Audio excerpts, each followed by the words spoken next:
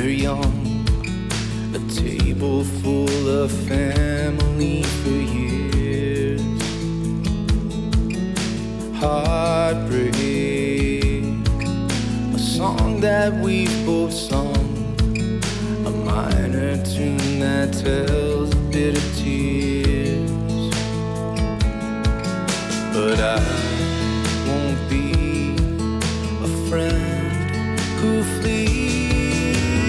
Where you go, I'll go. Where you stay, I will stay. Your God will be my God. Where you go, I'll go. Where you stay, I will stay. Your God will be my God.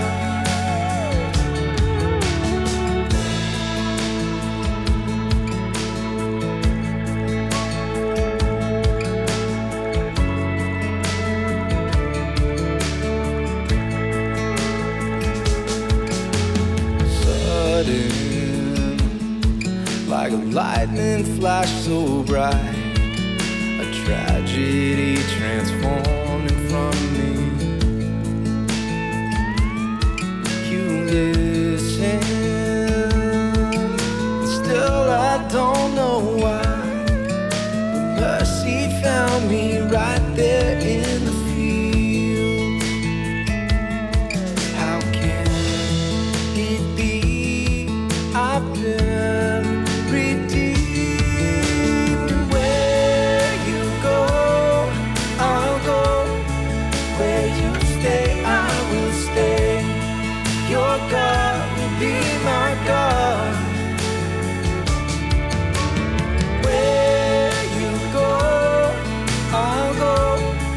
Where you stay, I will stay. Your God will be my God.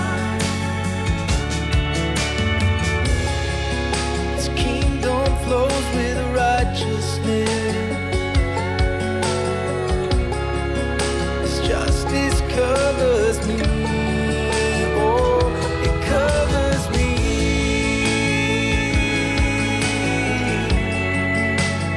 It covers me.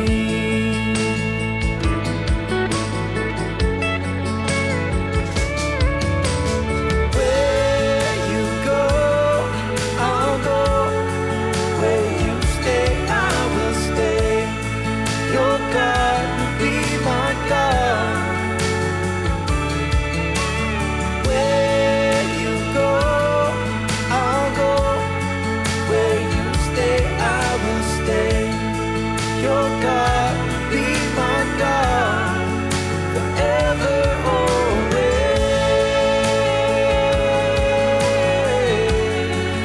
Forever,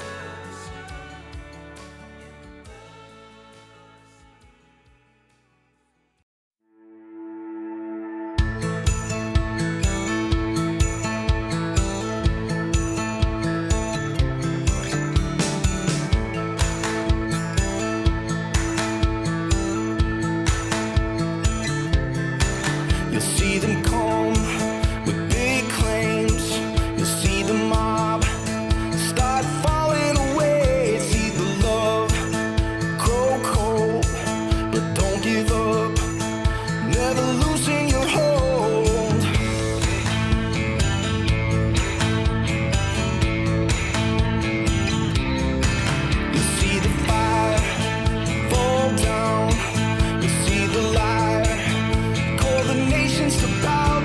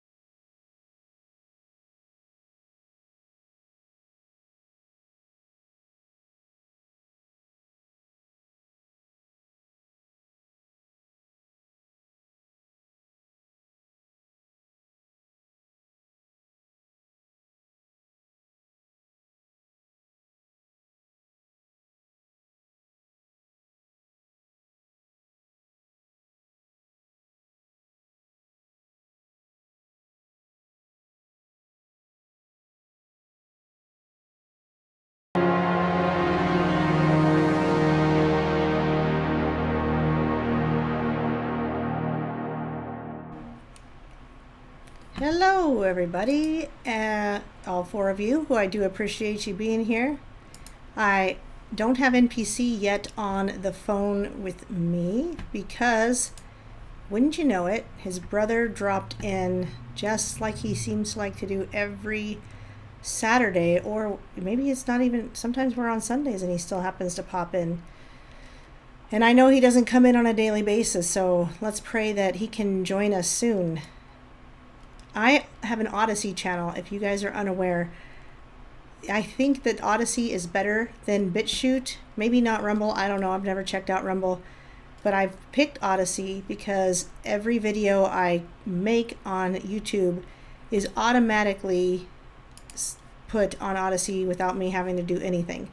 And so that means it's backed up for who knows how long, forever maybe.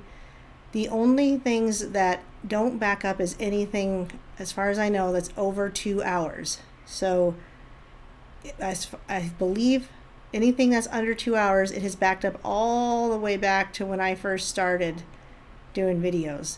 So I prefer Odyssey for that reason, because it's going to have all my everything that I've done, as long as it isn't 2 hours. So I recommend that you get on Odyssey if you have not, because if my channel ever disappears, at least you can come here. Also, I did a video last night. I went live and I talked about a letter to the editor that I wrote to World Magazine.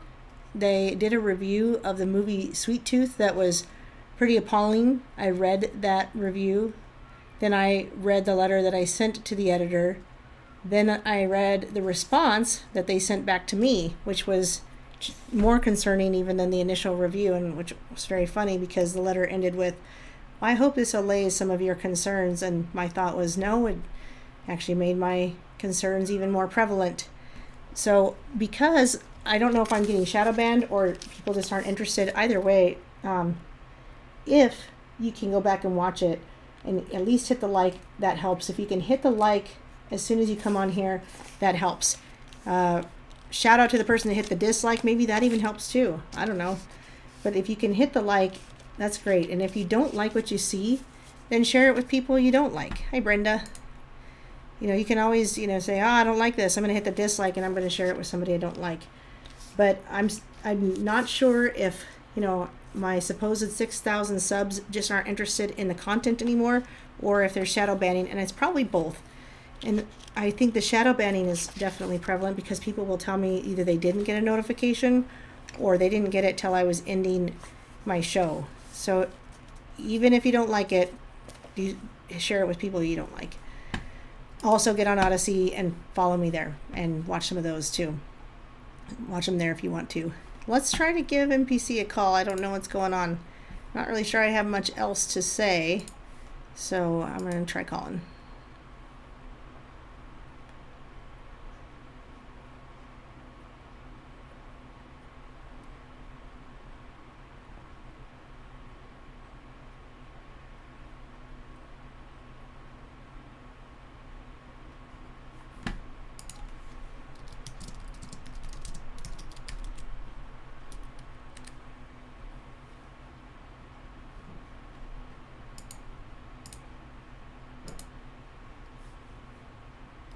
Not getting an answer.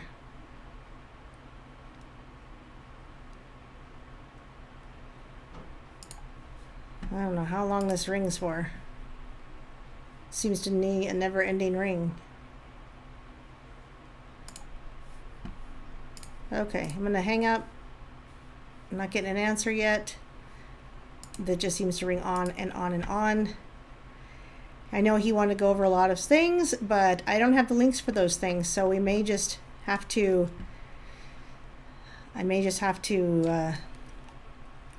try to restart this at a later time. I'm not sure what's going on. Oh, I'm glad you got the notification. That's good.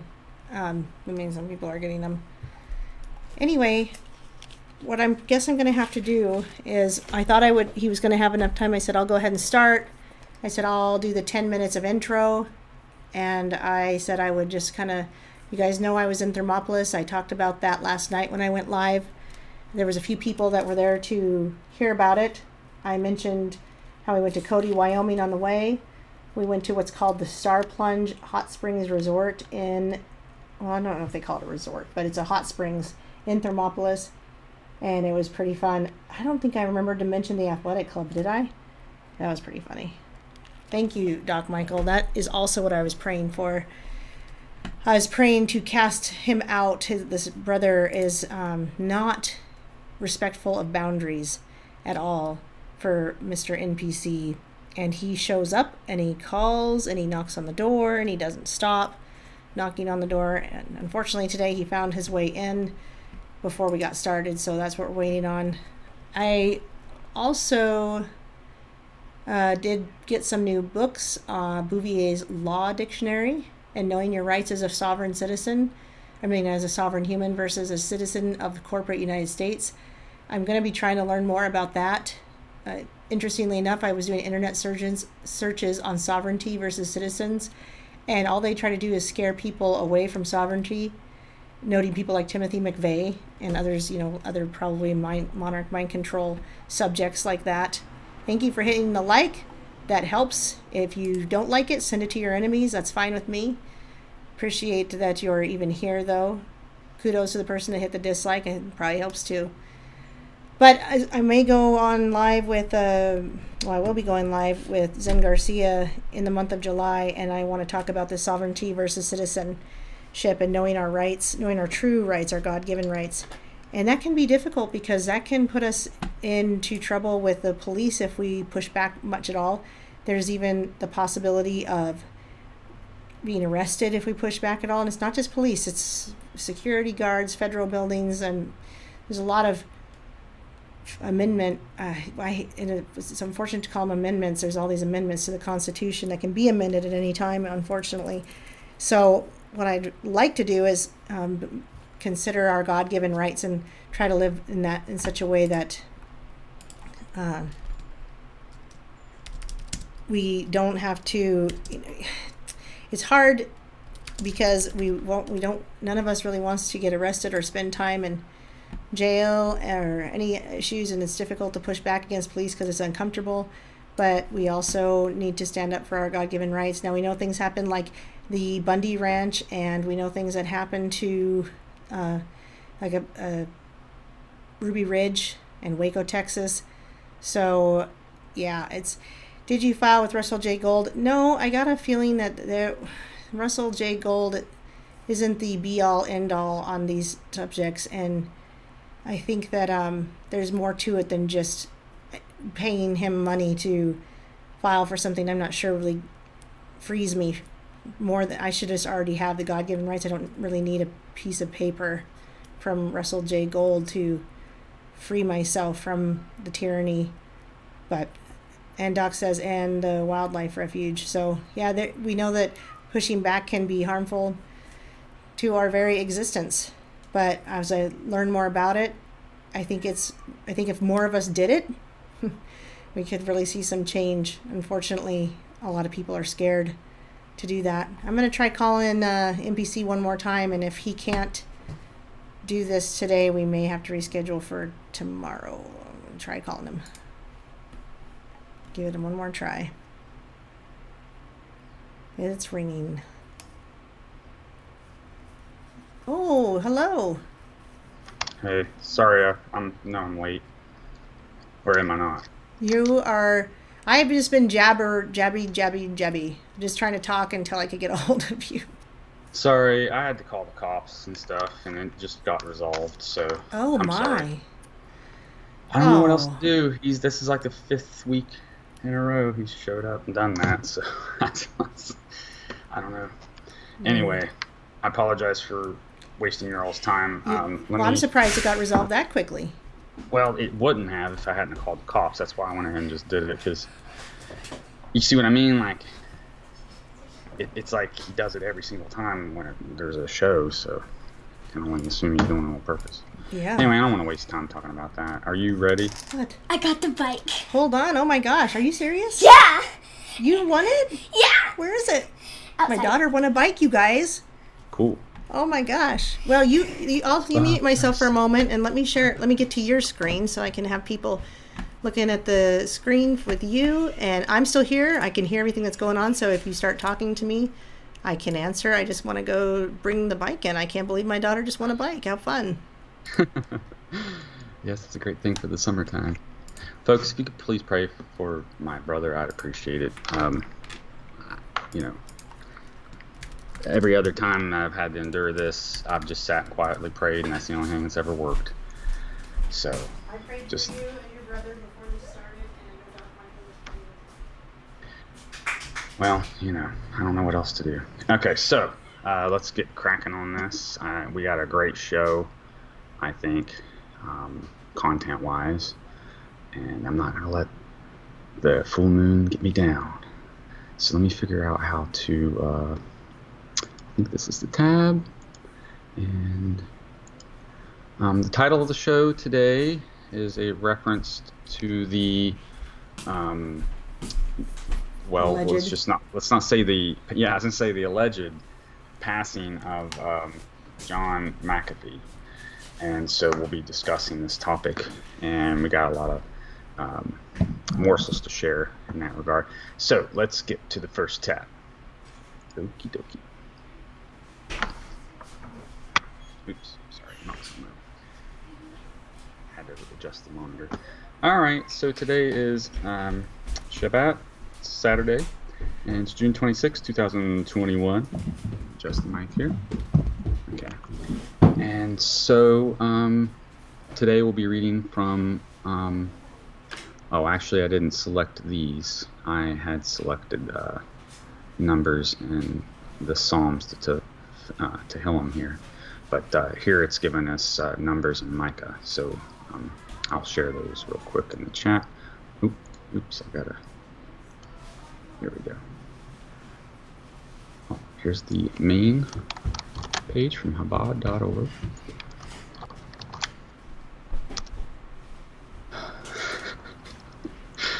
Man. Yeah, it's just weird why it keeps coming, like all the times it could come. It's only when we're doing this, you know what I mean? Like, it's just weird. All right. Here is the Micah portion.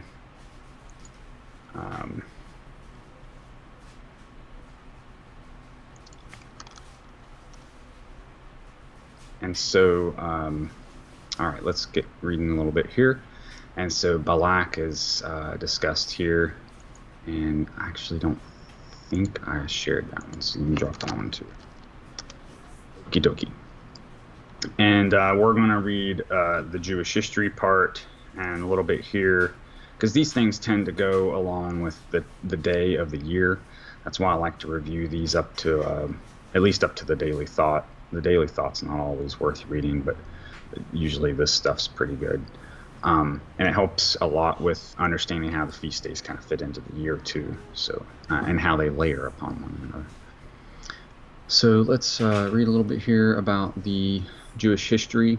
It would have been on this day then that the golden calf was made and Hur was killed. This was 1313 BCE in the year 2448 from creation. 1313 BCE. Tammuz 16, which is the month we're in now, is known for the weeping, was the 40th day following the giving of the Torah at Mount Sinai. And the people of Israel wrongly expected Moses' return from the mountain, thinking he would actually return on the following day. When their leader failed to return, they demanded from Aaron, quote, "Make us a god that shall go before us." Hur, Moses' nephew, the son of Miriam and Caleb, tried to stop them and was killed by the mob. Aaron fashioned a calf of molten gold. Aaron was the brother of Moses. He was skilled in metallurgy, and so he was made to do this thing, right? Now bear in mind that Aaron's still the line from which the Levitical priest line of Cohen derives from. So even having committed this grave sin, he, that was still done. So, and let's continue here. So some links. The making of the gold calf can be found in Exodus 32. This is commentary, however. So these are going to be, these are not actual biblical texts, but commentary. And then you can find more, the anthology of Midrashim and the commentaries, and then the day before, and then more on the golden calf. So I'll just drop that one, and there's one more. Maybe that's, yeah, that one. Okay, and we actually got these pulled up, but we'll read this here, this laws and customs portion here, ethics chapter 6. During the summer months, from the Shabbat after Passover until the Shabbat before Rosh Hashanah, we study weekly chapter of the Talmud's ethics of the fathers, Avat. Well, I remember the month of Av, which I think is the next one, means father, and so, or is a reference to it. Shabbat afternoon this week we studied chapter 6. So here is that portion there. And because of the association with summer and father and summer, I would read these more during that time than any other. And you see, because that's the time we're in now and leading up to summer. So for me, it would highlight things to look for, or maybe context clues, etc. Because you know how the same story will be told in different books, but from different perspectives, for instance. So this could help glean some perspective there. And then the Shumash, and this is the 7th portion, Numbers 24. We have that one, I think. Yeah, right here. Okay, so let's read this one. I might skip some of these commentary portions just because we have so much to cover. I don't want to waste time. So I'm just going to hit the verses here. And so here's this portion.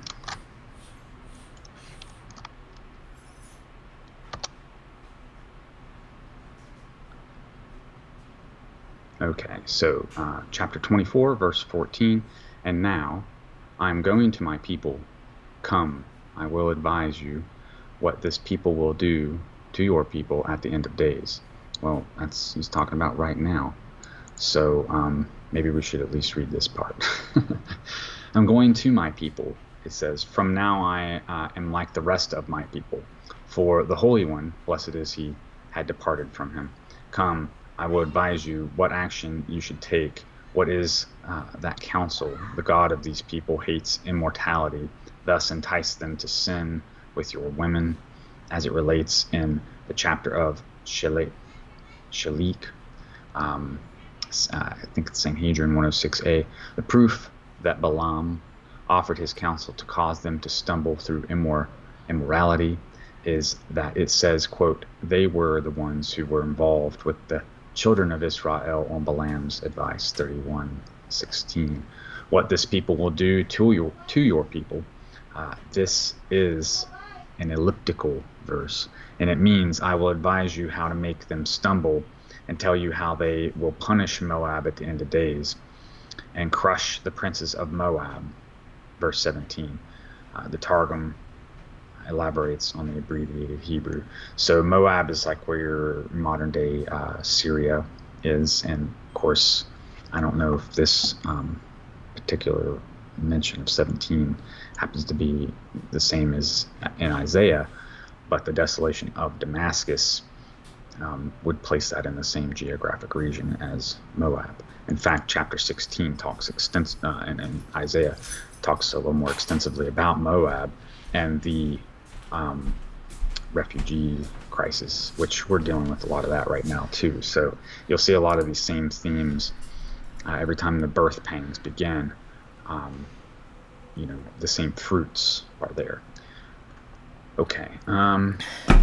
Verse 15, he took up his parable and said, quote, the word of Balaam, son of Beor, and the word of a man with an open eye.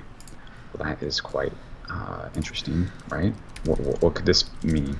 We know in Matthew, it talks about thine eye being single, right, and it being full of light, and if it's not, then it's dark. And then that darkness can be to a great extent because even the angels are of light, but yet we're fallen, right? So This is quite interesting. Again, we'll read this. He took up his parable and said, the word of Balaam, son of Beor, the word of a man with an open eye, the word of the one who hears God's sayings and perceives the thoughts of the Most High, who sees the vision of the Almighty, fallen yet with open eyes. I see it, but from now, I see it, but not now. I behold it, but not soon. A star has gone forth from Jacob, and a staff will arise from Israel, which will crush the princes of Moab and uproot the sons of Seth, which this contains the word set. So, mind you, we're in the great, what are we in the midst of right now, Aaron? The great reset. Indeed. Which Set is, given the dominion over death and the underworld. A lot of these Anunnaki type characters are given dominion in that region as well. So, when we read about the king of the pit, for instance, you maybe qualify as one of these characters as well, which we'll get around to that. It's actually supposed to be Nimrod or Nebuchadnezzar, a giant at any rate. Okay, so this is a very interesting verse. Again, bear in mind that the symbolism here of the 17. I've always found that the 17th verse sometimes in chapters is kind of interesting to read. So, but anyway, it could just be coincidence. But here we see here that it's talking about a star. Well, in tarot, the 17th card happens to be the star as well. So again, I think some of these things were done on purpose, is what I'm basically saying. It's talking about this going forth from Jacob. Now, Jacob was pre his encounter with the angel and whom he wrestled. Then his name was changed to Israel, and he named that place Peniel. And of course, we have a pineal gland that some would equate to, if we are the temple, that they would say, well, that would be where your Holy of Holies would be, right? And so it was after he wrestled this angel, it seems that he was given this awareness or blessing, and the angel changed his name to Israel.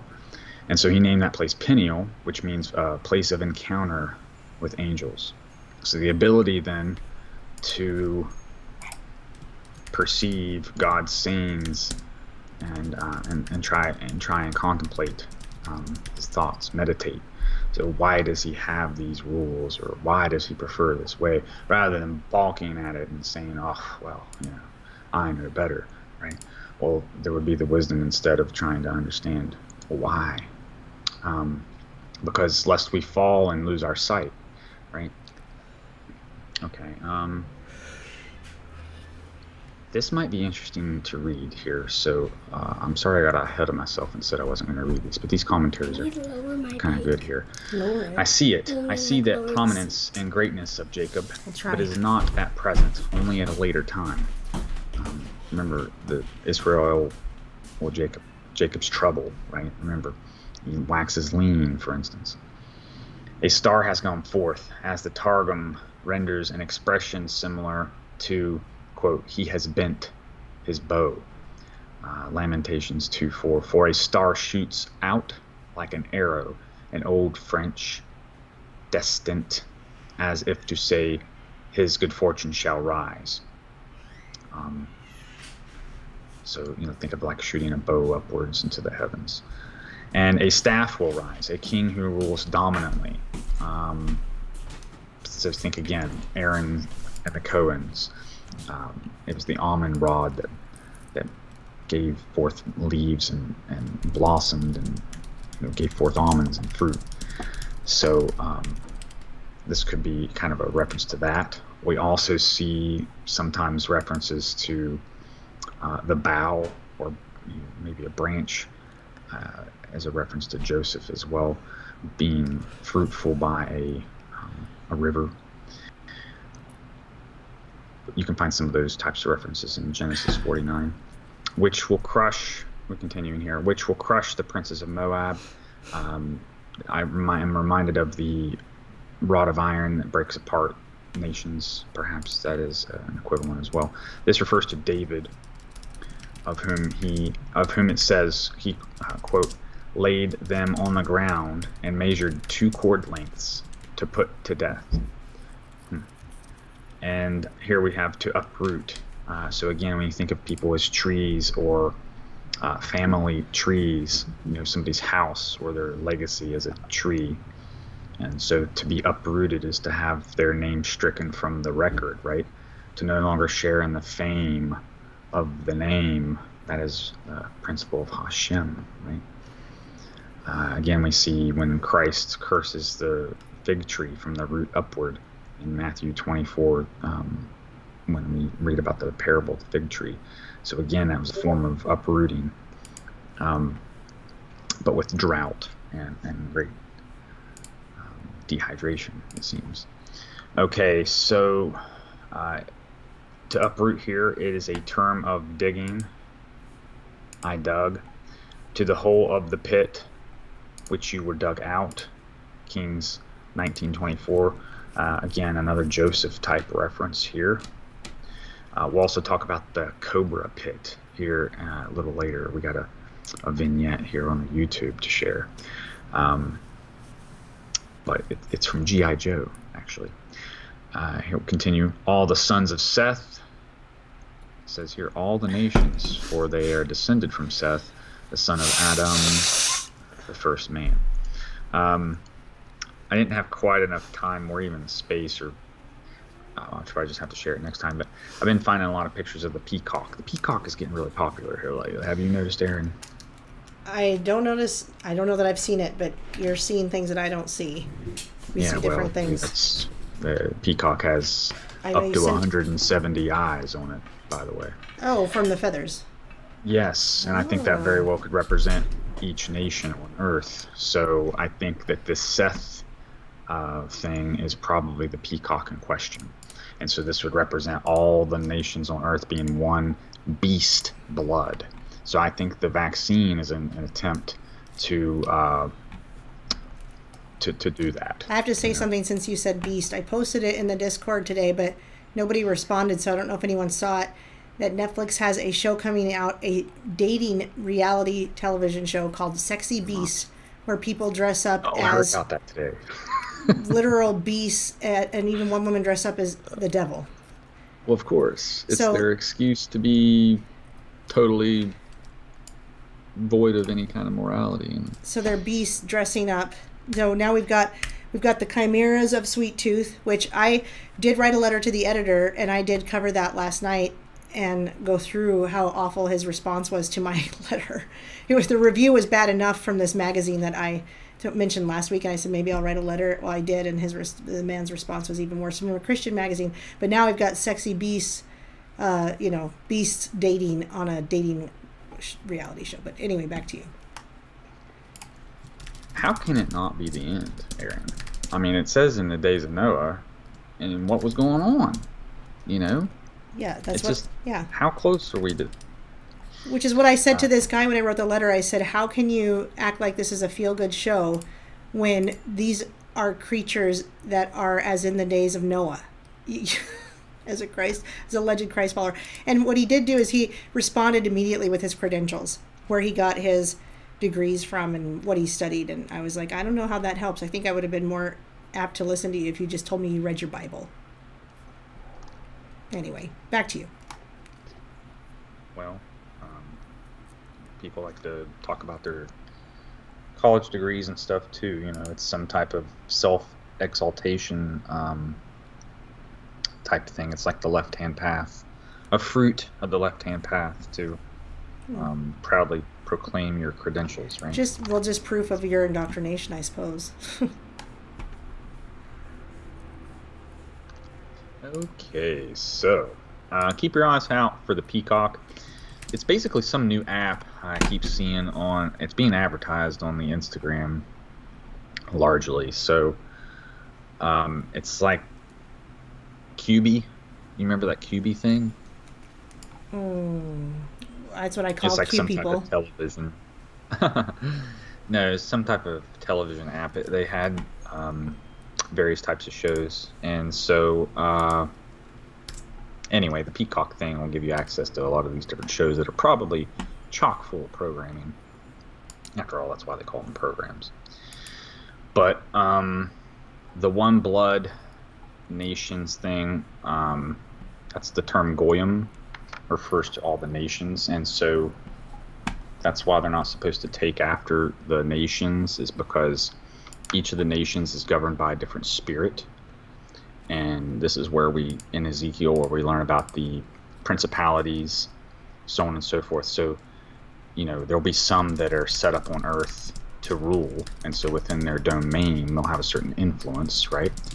But then you might have some others that are in charge of different types of things, like whatever, maybe things that are off the ground and in the air, so the winds and the seasons and so on and so forth. I think the angels, are largely in control of a lot of these things. Now, that could still be scientifically explained, but I don't think that makes it not an angel. It's just different types of intelligences. They don't have to be us. We tend to only think that, well, we are intelligent, and so if it's not us, it's not intelligent. Well, there's things that are much more intelligent than us that are not us, so they're intelligent, right?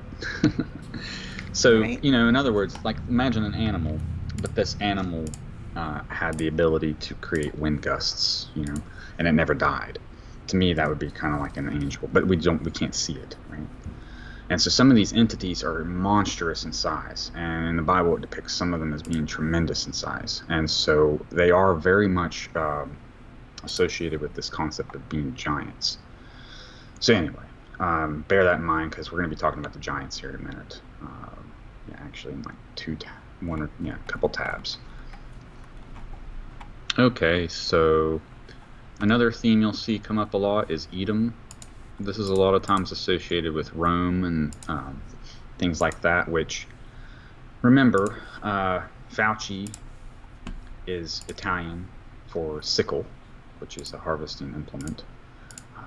So we're going to be talking about the wheat and the tares and the parable of the sower here later. And so Edom is an enemy, just like Amalek. And so Edom shall be possessed. Well, think about that. Are we to take that literally or figuratively? So if it were literally, it could just mean, oh, okay, the people are led into captivity, their country's destroyed, whatever. Or, hey, maybe we're talking about the spirit here, right? And Seir shall become the possession of his enemies, and Israel shall triumph. So we're going to see a similar thing happen in this time. Seir shall become the possession of his enemies for his enemy Israel. A ruler shall come out of Jacob and destroy the remnant of the city. A ruler shall come, there shall be another ruler from Jacob, in other words. This is that star and rod.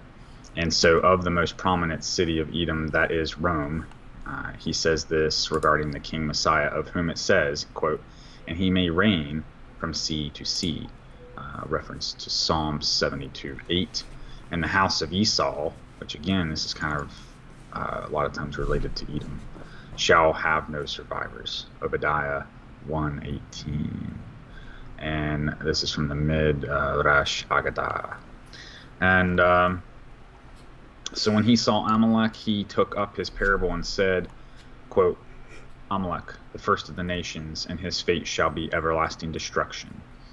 In the near future, maybe even the next show, I was wanting to cover this particular concept, the first of nations. And so we'll go back into detail about the peacock thing, the Seth stuff, Ariel, and all those different types of things. And how they relate to the governing of the nations and what their roles are. A lot of these folks fall into the collectively what the term is known as Hasatan. So when we hear the term Satan, that means adversary. So it's really referring to the fallen angels, spirits that ruled all of the other nations. And so Lucifer is the singular entity that I think most people are thinking of when they say Satan. But we got to understand that there was 33% a third of them fell. And so we can apply that term to that 33%. And the morning star being the preeminent of them, Lucifer. And so that's the way to tell them apart. And so here we see when he saw the Kenite. Again, these are, you can associate that again with Amalek, Edom, so on and so forth. He took up his parable and said, how firm is your dwelling place, and your nest is set in the cliff. We're told to build our dwelling place on the rock, right? And I think that's going to get mentioned here in a little bit in a different text. This goes on and on, so I'm going to go ahead and move on. But I shared it. I'll share it again before we stop reading this if you want to continue it on your own time. I just want to be sure that we don't run out of time by reading that, because it does relate to what we're talking about tonight. All right. So this is praise from the Psalms. So we're supposed to read these daily, and these were written by David, I think. And so a lot of them discuss pretty deep concepts that he, his epiphanies is like his journal, where he writes poems and such. And so really this is like a love story. Some parts of it can be like seen as love stories between Israel and Yahweh. Let's read here chapter 79. In this psalm, Asaph thanks God for sparing the people and directing his wrath upon the wood and stones of the temple. Still he cries bitterly, mourning the immense destruction. The place where the high priest alone was allowed to enter, and only on Yom Kippur, is now so desolate that foxes stroll through it. Wow. Foxes. Perhaps it's no coincidence that we have Fox News yet today, And if you line those letters up, A through Z, 1 through 10, the way the letters line up, F, O, X, all fall on the 6 axis. So you can actually get 666 with Fox. Also, Christ refers to King Herod as a fox at one point too. So this is associated with desolation, spiritual desolation. It's always associated with spirit, it seems. Even in the Asian type cultures, they have some type of trickster spiritual attributes associated with them. Okay, so let's start here with 79 verse 1. A psalm by Asaph. O God, nations have entered your inheritance. They defiled your holy sanctuary. They turned Jerusalem into heaps of rubble. They have rendered the corpses of your servants as food for the birds of heaven, the flesh of your pious ones for the beasts of the earth. They spilled their blood like water around Jerusalem, and there is no one to bury them. We became the object of disgrace to our nations, ridicule and scorn to those around us. Until when, O Lord, will you be angry forever? Will your jealousy burn like fire? Pour your wrath upon the nations that do not know you, upon the kingdoms that do not call your name, Hashem. For they devoured Jacob and desolated his abode. Do not recall our former sins. Let your mercies come swiftly toward us, for we have fallen very low. Help us, God, of our deliverance, for the sake of our glory, of your name, Hashem. Save us and pardon our sins for the sake of your name, Hashem. Why should the nations say, quote, where is their God? Let there be known among the nations before our eyes the retribution of the spilled blood of your servants. Let the groan of the prisoner come before you. Liberate those condemned to death, as benefits the greatness of your strength. I forgot to mention last weekend, in the midst of Juneteenth stuff, Yahweh's all about freeing the slaves and freeing from spiritual bondage. That's really how the story that we're on right now all started was that they were led out of Egypt and into the desert. And after 40 years of purification, they were led into the promised land. And, that's the Israel as we know it today. And only it took a long break in between, because they were led into captivity once again in 70 AD because they didn't accept Christ. So the plan was originally to establish the country and then give them their king. But then, of course, we see how they always wanted men to rule them like the other nations. And so the other nations being ruled by fallen angels. And so, they want that, so they are given that, right? Okay. Repay our neighbors sevenfold unto their bosom for the disgrace with which they reviled you, O Lord, and your people, the flock of your pasture, will thank you forever. For all generations, we will recount your praise. The flock of your pasture. We're just now moving into Cancer, and that's not a crab. It's actually the sheepfold gate, which is a fence that you can have a gate to. And so, remember, we've got two different understandings of a gate or a door here. We can say that a door to the tent or tabernacle, which is the Delta. We got the Delta variant out there, guys, knocking at your door. Mm-hmm. So remember, Delta, a reference to tent. It's a triangle. We're talking about Bill Cipher, and he's a triangle too. And then Dalet is that fourth letter in the Hebrew alphabet, which means door. But we got a gate on the sheepfold gate. So as we move into July, remember that try to instead of thinking about it as a crab, try to think of it more as a sheepfold gate. So now the reference to summer makes a little more sense, right? So it's something that I think has been hidden from us. Okay, so chapter 80, verse 1, for the conductor on the Shoshanim, a testimony by Asaph, a psalm. Listen, O shepherd of Israel, who leads Jacob like sheep. Appear, you who is enthroned upon the cherubim. Arouse your might before Ephraim, Benjamin, and Manasseh, for it is upon you to save us. Return us, O God.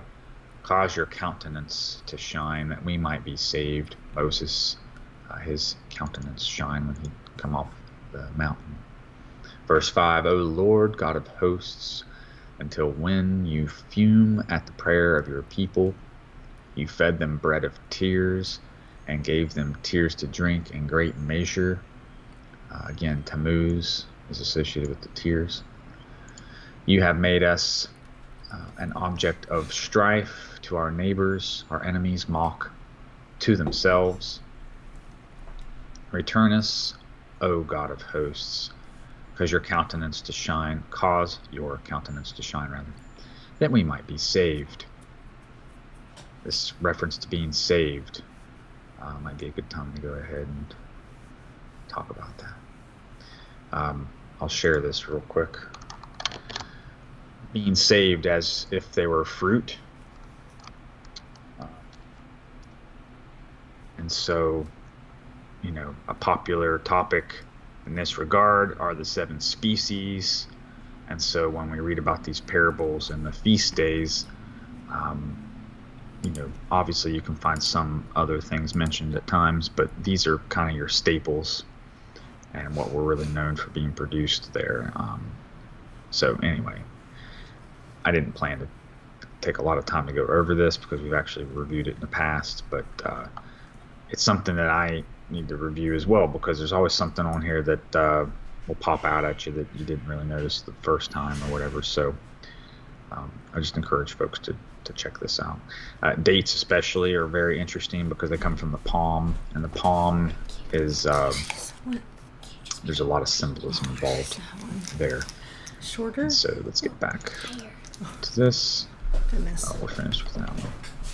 I just realized that. And we're going to be finished with this here shortly. Okay. O Lord, God of hosts, until when you have fumed at the prayer of your people, you fed them bread of tears and gave them tears to drink in great measure. You have made us an object of strife to our neighbors. Our enemies mock to themselves. That's what we see going on right now. Return us, O God of hosts, cause your countenance to shine that we might be saved. You brought a vine out of Egypt. That's the Passover. You drove out nations and planted it. That's Israel. You cleared space before it. Principalities that were there, he cleared them. In Matthew 21:21, it says, you'll speak into these mountains and they'll be cast into the sea, right? That if you believe what you're saying, it shall be so, right? So this is kind of like a really powerful reference to that. It took root and filled the land. Mountains were covered by its shade, and its branches became mighty cedars. So it's comparing its actual branches to a tree in of itself. You know, that's how great this tree is that its branches actually resemble other trees. Quite a big tree. It sent forth its branches till the sea, and its tender roots to the river. Why did you breach its fences, so that every passerby plucked its fruit? This is an interesting topic I want to comment on real quick. I heard a rabbi talking about this, and there was a certain term that was used for somebody that sins in front of others or leads others into some type of sin,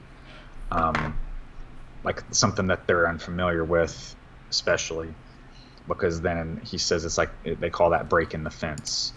You know, once they've been shown the way out of the fence, how hard is it going to be to keep your others from going out that same way, you see? So you could maybe have a break in a fence for a long time, and if none of the other lambs saw another one of the lambs going through it, then maybe they would never notice. But so it's kind of that principle there. So we should be mindful of what we say to others and how we behave, and you know, because we could very well be exposing them. We could be breaking the fence for them, in other words, and you know, causing their fruit to be plucked, as it were. The boars of, pardon? I was going to say there's the scripture of leading those into captivity. That's Revelation 13:10. Might be kind of similar to what you're saying. That helps make sense now. Those who lead to captivity will be led into captivity. So yes. If you do it to others, it'll be done to you in the end. Exactly. That's what it says. I'll just read it really fast because it's just one quick. He that leadeth into captivity shall go into captivity. He that killeth with the sword must be killed with the sword. Here is the patience and the faith of the saints. That's Revelation 13:10. Meow. I even said that one verse to myself today about the living by the sword and dying by the sword. Meow. Meow indeed. So if we continue here, the boars of the forest ravage it, and the creepers of the field feed upon it. O God of hosts, please return, look down from heaven and see, and be mindful of this vine, and the foundation which your right hand has planted. That's the harpazo hand. And the son whom you strengthened for yourself. It is burned by fire, cut down. They perish at the rebuke of your presence. Let your hand be upon the man of your right hand, upon the Son of Man, whom you strengthen for yourself. Then will we not withdraw from you. Revive us, and we will proclaim your name, Hashem. This is how you share in the fame and the name and the fame. It's connected in that way. And being written down in the book of life. So think about all these other people that have been written down already, and they're in the story. You know, we're part of a story that's going on right now. O Lord, God of hosts, return us, cause your countenance to shine that we might be saved. I'm reminded of Jeremiah when it's talking about summer is over and have we been saved. You know, did we get collected into that sheepfold gate in July? When July's over, were we separated from the flock? Okay, let's continue on. And so we reviewed 7 species a little bit. It's indeed possible that each one of these could also be associated with a one of the menorah candles, or not candles, but lamps rather. Because you see here wheat, barley, grapes, figs, pomegranates, and olives and dates. So I'm sure each of them have their own season, and so it would be interesting to note if each of those seasons lined up with a feast day. But I don't know. That's something I can look at. Maybe I'll be able to tell you next week. Let's move on. So 1 Chronicles 20:6 here, we have a reference to the giants. I don't remember reading this, but I remember referencing it. So I wanted to be sure to share it. I'm going to go ahead and expand it just for a tad of context real quick. And then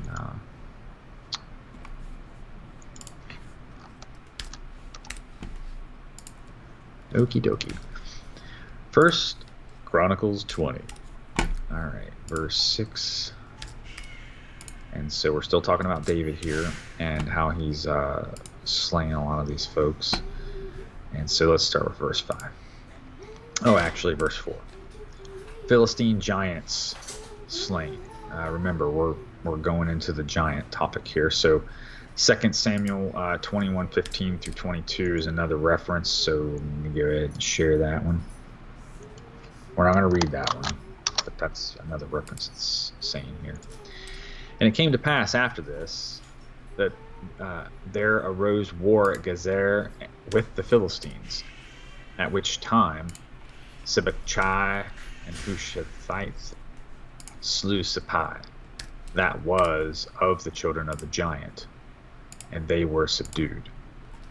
Children of who? The giant. The giant. And we've talked about in the last few weeks, since we have these reoccurring theme of giant, I've kind of revisited it time and time again, and Orion is our giant. So go ahead and share that again real quick. Never know who's new or who hasn't seen this already. So the giant, a large and bright constellation of 80 stars, 17 large ones, crossed by the equinoctial line. It is the name after the mythological personage of the Greeks of gigantic stature and, quote, the handsomest man in the world, end quote. The Arabs called it the giant, referring to Nimrod, the mighty hunter, who was fabled to have been bound in the sky for his impiety. Hunter of men, he who seeks them out and leads them into captivity. It's what he's good at. And he's coming back. Okay, so, one other thing. I always forget to mention this. The Terminator movies, guess which studio produces that, Aaron? Oh, no. Orion? Yeah, that's the name of it. Of course it is. Jeez, that's okay, interesting. So, and yes, he's associated with storms and stuff like that, too. In the southern hemisphere. So anyway, let's get back to this and finish that passage here. And so there was war again with the Philistines, and Elhanan and the son of Jair slew Lami and the brother of Goliath and Gittite, whose spear staff was like a weaver's beam. So in other words, probably like 10 foot long. And yet again, there was war at Gath, where was a man of great stature, whose fingers and toes were 24, 6 on each hand, and 6 on each foot. And he also was the son of a giant. And when he defied Israel, Jonathan, the son of Shemiah, David's brother, slew him. There were born unto the giant in Gath, and they fell by the hand of David and by the hand of his servants. So, there were giant slayers on earth at one time, folks. The Tuatha De Danann did this a lot too, but they separated from Yahweh. But they carried on that same tradition of warring with the giants, I think, is why we see that carried on up in those regions. Okay, let's X out that. I think Oops, I think I forgot to share the Corinthians thing. I'm sorry. Saoirse, Okay, so topic of the giant. Saoirse, I got a little bit of Grandma and Grandpa are coming entertainment to here get with you the guys soon to video. go see Aunt So I'm Kristen not when going to she bore you by arrives. reading all this. We'll go ahead and let the video kind of speak for itself, and then we'll go back into this because then some of this stuff will actually make a little bit more sense. So let's go ahead and just watch that video. Okay. Let's check the theater mode there. Yeah. This is this the one that they're planning to move around, or they're building several of them? Or is it From what moving? I understand, there's supposed to be 21 locations. Got it. I don't think it's going to be moved around. I think the Okay. idea, after I investigated this a little bit, it's almost pitched like it's a marketing thing. Like if you were to, you know, I guess maybe they're pitching it to 21 cities, and maybe not all of them are actually going to bite and build a giant. But they talk about some of the, I've been in a lot of different presentations and stuff, and just the way they present it, it sounds like they're trying to sell something. And so I would imagine like they're pitching this to a city council or a county commission or a governmental entity of some sort, or even a private company, and because it's supposed to be like a tourism attraction or something like that. Anyway, it's pretty crazy because in the end, they're going to show, like right here, Become a giant. how you can become the giant. So let's Yikes. yeah, man, I know this is like, I really feel like we're in the Twilight Zone. It just keeps getting weirder and weirder. All right, so without further delay, the giant, or should I say Orion.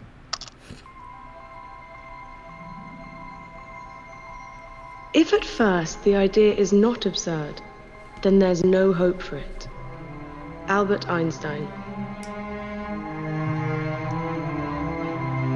People of the world, welcome to the giant.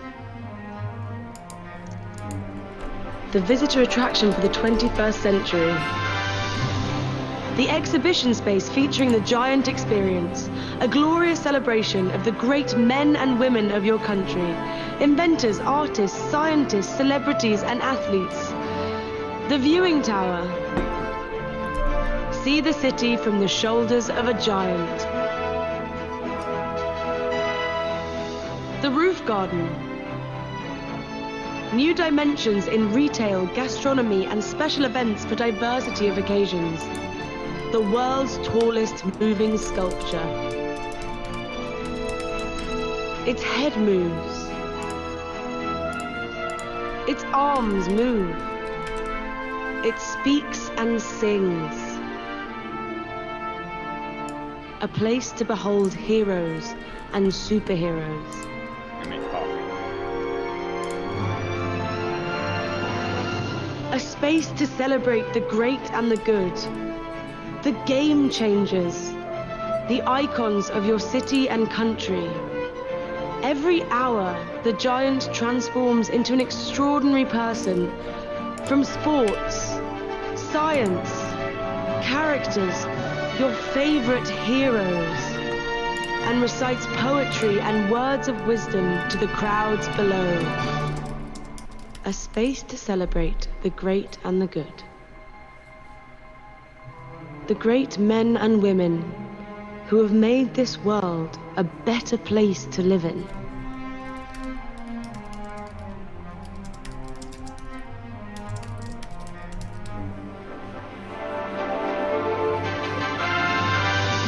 A digital canvas for artistic creation. A creative canvas like no other. A digital art gallery in the sky that displays masterpieces from today and throughout the ages. The giant brings artists together from throughout the world. A beacon for brand celebration. A new eye-catching platform for businesses to reach customers in a novel and memorable way.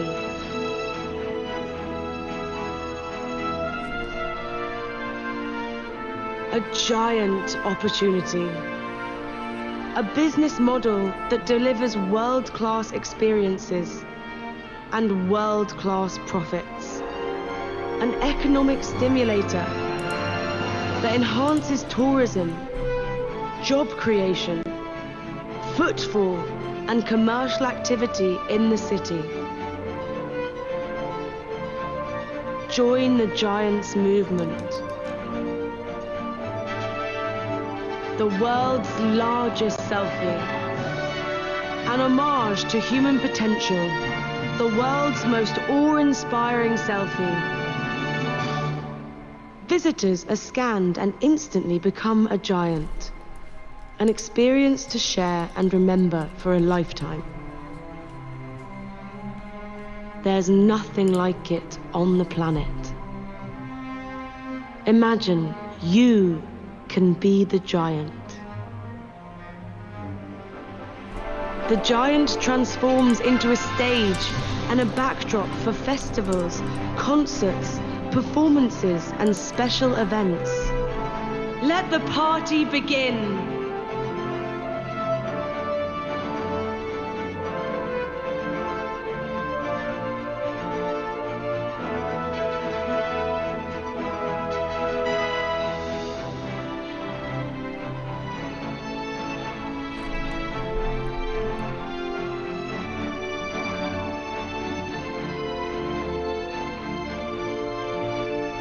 If I have seen further, it is by standing on the shoulders of giants.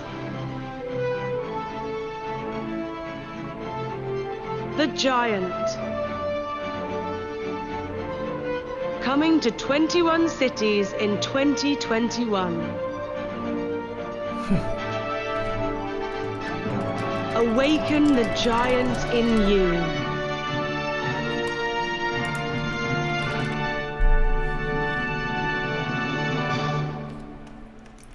That is so much creepiness to it. Where would you even start? I was trying to think of like where to start, Aaron. I mean, is it not just like too much? Almost. There's so much in there that is unbelievable. Yeah. First of all, it's a They giant. packed it- There's packed it probably to the brim. there's probably something to the number 21, which is half of 42, which is our number of chromosomes. I don't know. Maybe I'm. Hold on, I'll mute it this time and we can talk about it. Yeah, now. good idea. And then that quote, standing on the shoulders of giants, awaken the giant in you. Oh, weird. Well, if you took the vaccine, there'll be no problem doing that, huh? No kidding. Which, mind you, the influenza already alone is a reference to giantism. But the vaccine itself, I think, is probably what catalyzes that. Oh, my goodness. Sorry, guys. You're Watch probably going to have to close. go back and press play again to find what it is you're No, looking I for. got Okay. it. I just had a moment. And then there's a picture of Einstein doing the tongue, sticking the tongue out. That's one of those signs. There's one of those Illuminati faces that. Oh, the Shiva face. Oh, yeah, the mocking tongue or the, it's like embarrassment. Yeah, it's embarrassment, actually, is what it represents. Because Shiva had went into such a rage, killing and destroying everything, that when she finally realized like what she had done and that she was about to kill her husband, she stuck her tongue out in embarrassment. So that's like where that comes from. Anyway, there's also some biblical references about that's the Shiva reference. Look right here. See this book? Sign here. What do we get our names in if we are saved? The Book of Life. The Lamb's Book of Life, yes.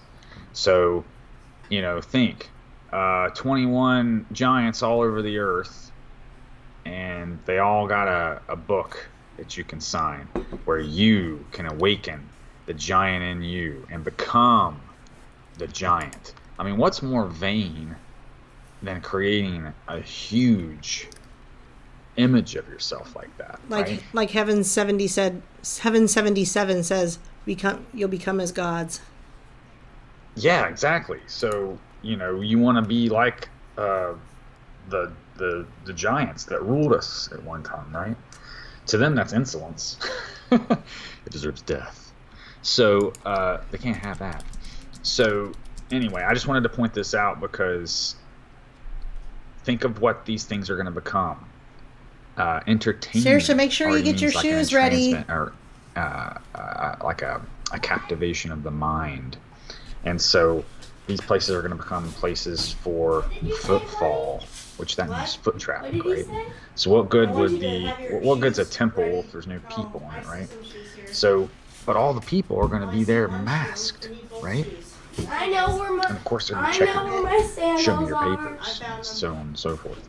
So these can very well become like really weird hubs for this kind of thing.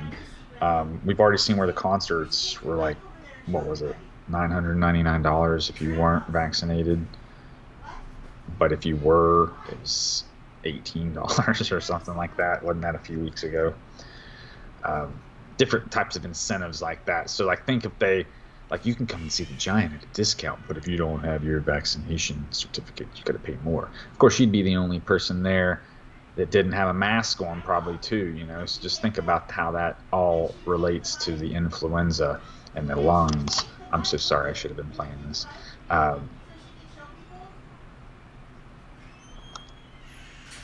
What's going on there? Saoirse, Grandpa's here. Did you see, like, what is going on? I in don't this know if there's like bones area or teeth. Teeth. You got Oh, it is and- teeth. Oh, with a shoe got- on them. That's like, that's Yeah, I really don't weird. know And a what's beer. I think there's a beer. Saoirse, Well, Grandpa's here. This is fluoride. You know, Oh, there you go, toothpaste. yeah. Chocolate fluoride. Come on.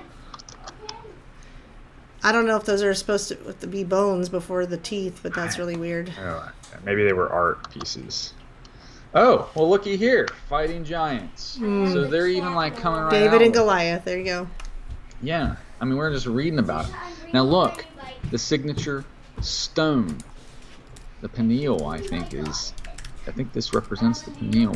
We see the stone also hit the giant in the dream of Nebuchadnezzar, except it hits the feet and destroys it.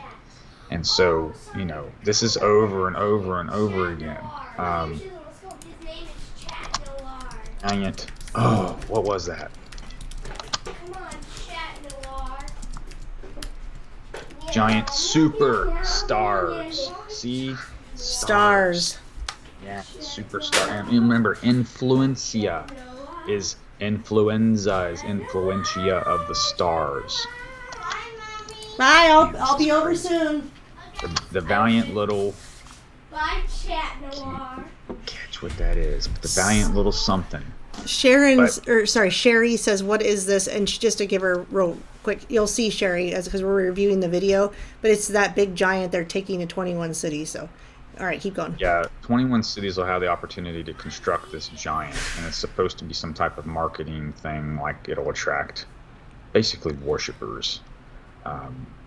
You know, think that this starts to become like the new religion, essentially. Well, and it's funny that it said new dimensions in retail and gastronomy, and I was like, what is gastronomy? I had to look it up. It's the art or science of good eating. I'm like, what is it? That's kind of an odd thing. Oh, to you mean include. like human flesh and all these other maybe delicacies that's it. that That's too probably what we're talking stupid to about. appreciate, and they're like Yeah. the elite. It are only speaks able and to appreciate sings. Its arms move. Place to behold heroes. I'm surprised they give Tesla a nod in this video. Really surprised to see that.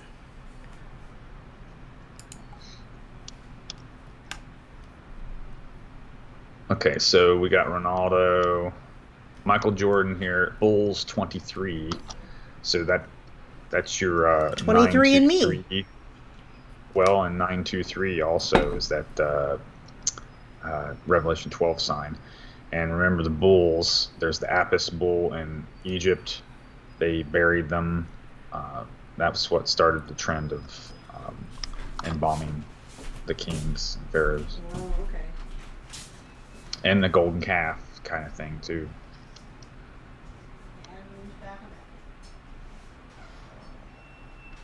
Oh, while this is going on, it's talking about how each hour it changes. So like with all these different spirits, they actually all do have their authorities come out at different times of day and night.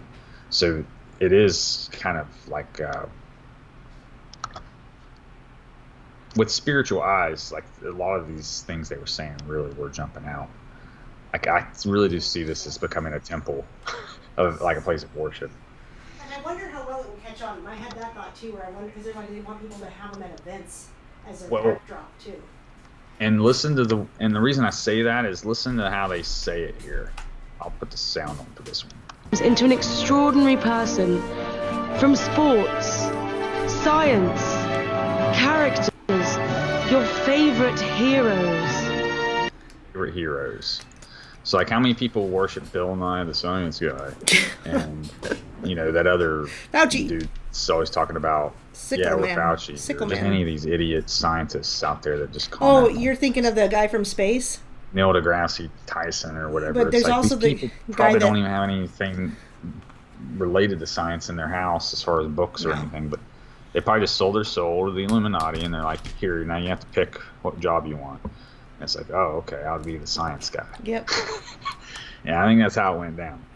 Okay, but anyway, all these different Marvel characters and heroes and stuff, like these are all basically replacing the ancient gods that we had before, and I think that's what we're kind of looking at. I have the sound off because we already had the sound on before. So, space to celebrate the great. They say that a couple times, the great and the good. And then this is where they give that nod to Tesla, which I thought was interesting. I was kind of surprised. Amelia Earhart. Well, they have to be diverse. And you know, Frank. they have to geez. appeal to everybody that loves Nikola Tesla. I suppose. Because imagine how many people would come to see it if he were on it. I don't think I would. I'm just saying, like they're trying to appeal to a wide audience here. They're not going to put obscure people on here. But they're talking about it being a canvas, and then this is the part where they talk about it being a canvas for brands. So what do you use to brand cattle and such? You use a brand, an iron brand. So when you design a brand or a logo, you make the logo and everything. So imagine any of these insignias that we have being made into an iron thing that could be heated up and pushed onto you, and then you're branded. So when you wear these shirts and shoes and everything like that, symbolically we're branding ourselves with their products. And so like they're really making the big push here, like this giant can make your brand bigger. So Well, just like in the movie They Live, that whole brand is consume. Oh, I don't know if this would be just for city councils, Karen was asking. I'm just saying, like, this particular clip right here, the way it's organized, I'm just imagining who their audience is. And it would have to be some type of development, somebody with developmental capacity. So like a city or something would probably have the ability to do this, a visitor or convention center, something like that. No, and also, so when this is going on, they get the 360. Hold on, pause it. Look at that weird image in the back. What is that? The demon in the background. Yeah, Don't mind that. And then there's a littler image next to it. Maybe it's just a glare, but it kind of looks like a horse or something. Sundog. Yeah. So here we got the giant selfie. So again, all these people in line are going to have masks on, right? This whole place is going to be populated with people wearing masks, so it's just going to add to the weirdness of it all. But anyway, they get in here, and then what do you give them a full body scan? Hey, why not, right? Right, they scan you. Then you just gave that to the beast system. So, it's thoroughly saturated here. This is part of the costume. Once you got the full beast costume in, Which on is ya, pictured behind in them, ya some and kind on of ya. beast. hop in the photo booth and let's make it official. You become the giant. Let's awaken it. Yeah, let's awaken the giant in you. Image is captured. Captured. 360 degrees. Captivity. Captured. You're captured at this Yep, point. you are. You're a Pokemon. You gotta catch them all. Leading those into captivity. Sorry, I'm being a little dramatic. But I don't think I'm being I dramatic. don't think so. I don't think so. You should have heard Well, I my got breakdown more- of this guy's letter from the magazine. I mean, you could have said I was dramatic, but people just they don't They're not alert. They're not discerning to some of these things. Oh, you're on stage now, so it makes you the star. You're a star. And remember, Shem is fame, or the name. So, and it says here, let the party begin. Remember what Bill Cipher said? The party that never ends with the host that never dies. Mm-hmm. He was Lucifer basically saying, hey, let's party till it never... And it was Weird Mageddon. That was what he brought to Earth. Weird Mageddon. There's some like fire and stuff going on here. Yeah, I think they're just demonstrating Looks weird. the palette of possibilities. Pride colors. Here's your pride colors. And fireworks are kind of always a thing too. I think with the 4th of July, and it was an iPet goat also.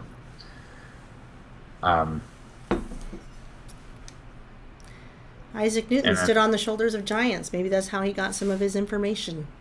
And Yeah, his science. noon blue apples hit him in the head, huh? Yeah. So thanks for reviewing that a second time. I just wanted to be sure to comment on a few other Yeah, things. that was something. Awaken the giant in you. There it is. Just It's really creepy. ye shall be as gods. The DNA is in them. So yeah, folks, share that far and wide. I mean, you can't share this enough. I'd even download it because they're kind of, if they're dumb enough to give it to us, we should download it. Because like this is almost like incriminating in a sense. Oh yeah, I also wanted to point out, look how many subs they had, and so I just took it as a sign that like we're supposed to talk about it tonight. I can't see. 1.11K. So Oh, Vav is 666. there you go. So like Hebrew letter Vav is represented like this. I mean, it's a male. So you got Vav. So just so happens tonight when we showed this, that was their subscriber total. So anyway, I just thanks for looking at that. Yeah, that was So super here is interesting. the yeah. I know. So here's the PDF. By the way, the likes to dislikes is very many more dislikes than likes. There's 734 likes to 3.4 thousand dislikes.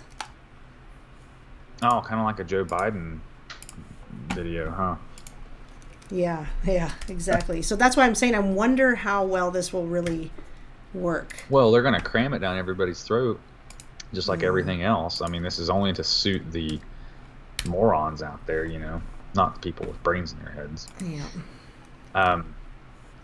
Okay, so the Giants are coming. 21 cities gosh. selected for 21 Giants. And so let's keep reading, folks. For immediate release, the Giants are coming. Irish company introduces the Giant, which again I think it's so weird that this is Irish, because of the two Atha Danann and their association with the Fomorians. Last week we talked about what fomites were, and those were little droplets. The droplets that Fauci's always talking about. That would be considered a fomite, and that's something that carries the germ of the influenza. So if influenza is giant DNA, then fomites are giant DNA, and Fomorians were giants. So it's like their DNA still hanging around today, and that's what we're really dealing with here. So let's just read here and see if there's anything interesting. So Monday, the 15th of March 2021, one of the most exciting visitor attraction concepts of the 21st century has been launched, called The Giant. It features the world's tallest moving statue, standing over 10 stories high. The Giant was conceived by the Giant Company, based in Dublin, Ireland. The idea was initially inspired by Jonathan Swift's Gulliver's Travels.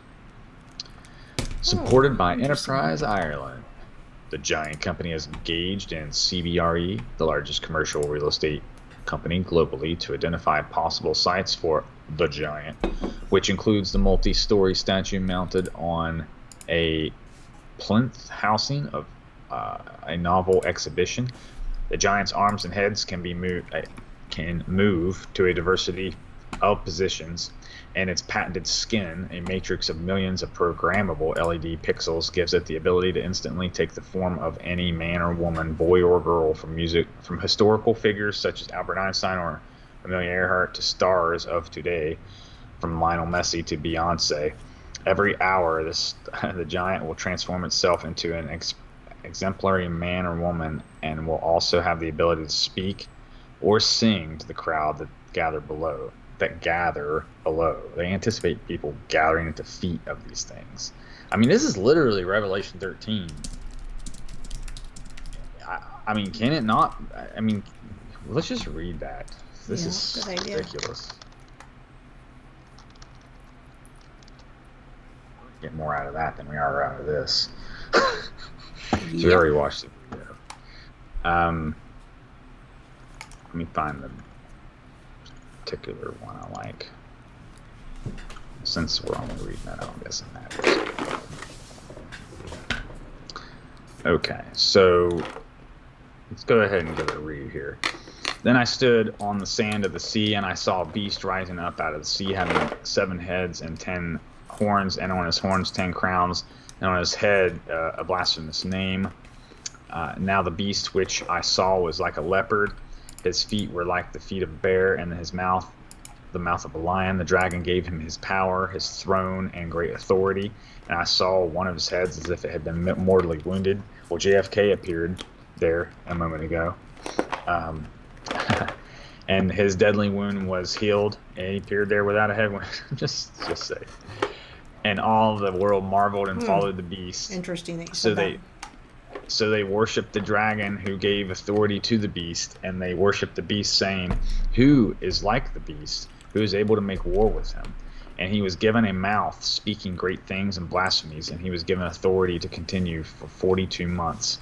Then he opened his mouth in blasphemy against God, to blaspheme his name. Can you imagine one of these giant statues shouting blasphemies against God? Yes. I mean, is that what we're going to be seeing happen? And all these people at the feet of it just screaming and going crazy. I mean, the new AI God, like we talked about. They get what they deserve. They're going to worship AI. So, okay, sorry, I got a little carried away. His tabernacle and those who dwell in heaven, it was granted to him to make war with the saints and to overcome them, and authority was given him over every tribe, tongue, and nation. Again, remember that peacock. Oops. And, sorry. And all who dwell on the earth will worship him, whose names have not been written in the book of life of the Lamb slain from the foundation of the world. So, again, that book that was there, it's even in this very verse that we're comparing to the book. So don't go visit one of these things, folks. I would consider it as bad as going to like a temple, you know. Anyway, if anyone has an ear, let him hear. He who leads into captivity shall go into captivity. He who kills with the sword must be killed with the sword. Here is the patience and the faith of the saints. And so that's the second time we've read that tonight, and I didn't even realize that's what there must be some reason. I mean, not some reason, a clear reason.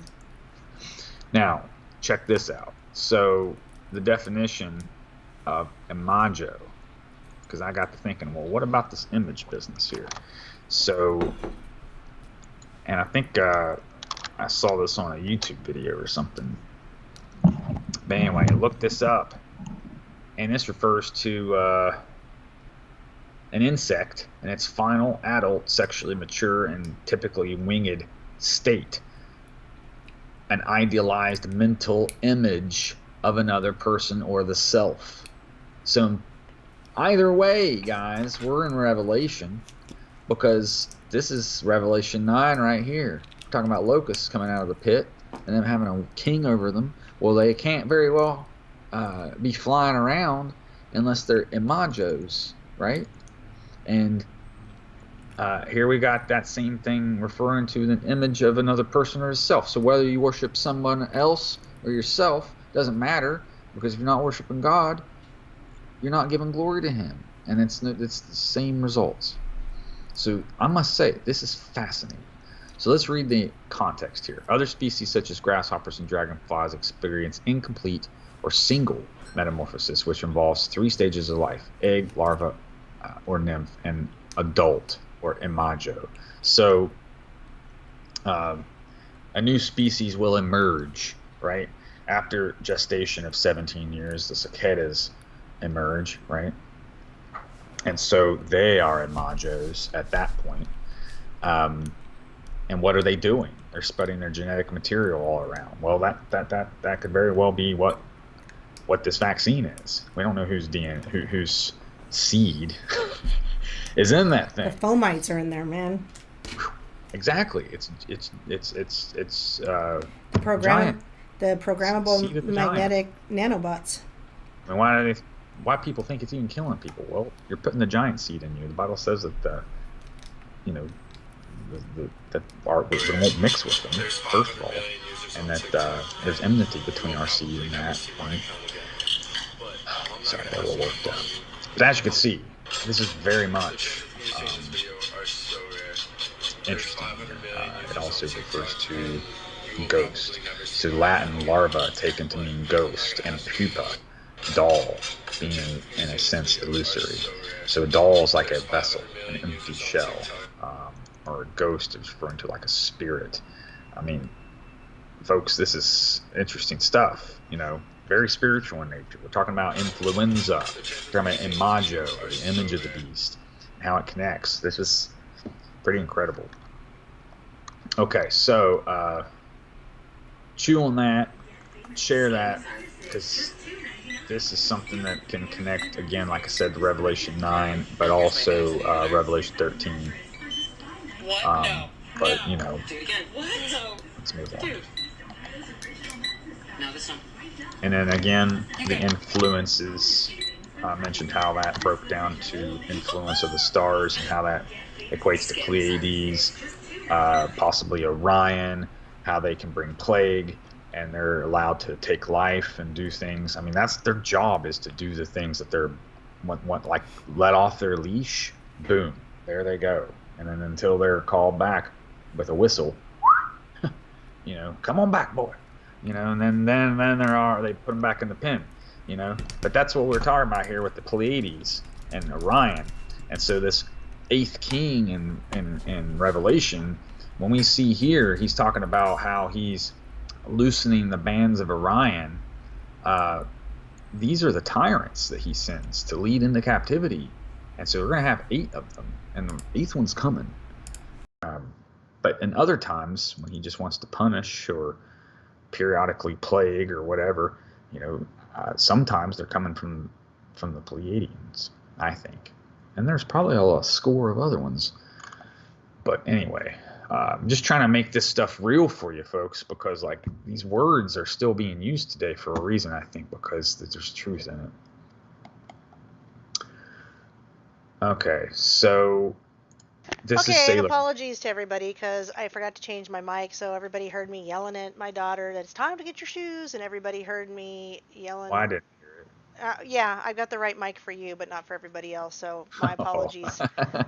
I need to check that more often, but yeah, at least it didn't bother you because you need to focus. But yes, sorry to everybody. I'm glad nobody complained, actually. I just realized. So thank you for not complaining, and my apologies for all of that. Yes, the tribe of Dan. Dan means judge. And Genesis 49, when all of the brothers are being given their blessings, Dan is being likened into a serpent that will be along the path and strike at the heel of his brothers. So yes, again,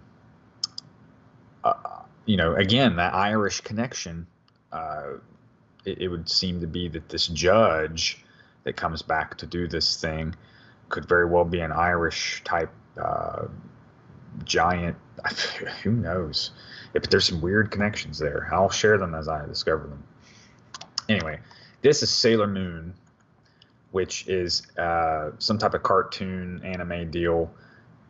Essentially, these think of Power Rangers or something like that, where each of these characters is associated with a planet, and that's where they derive their power from.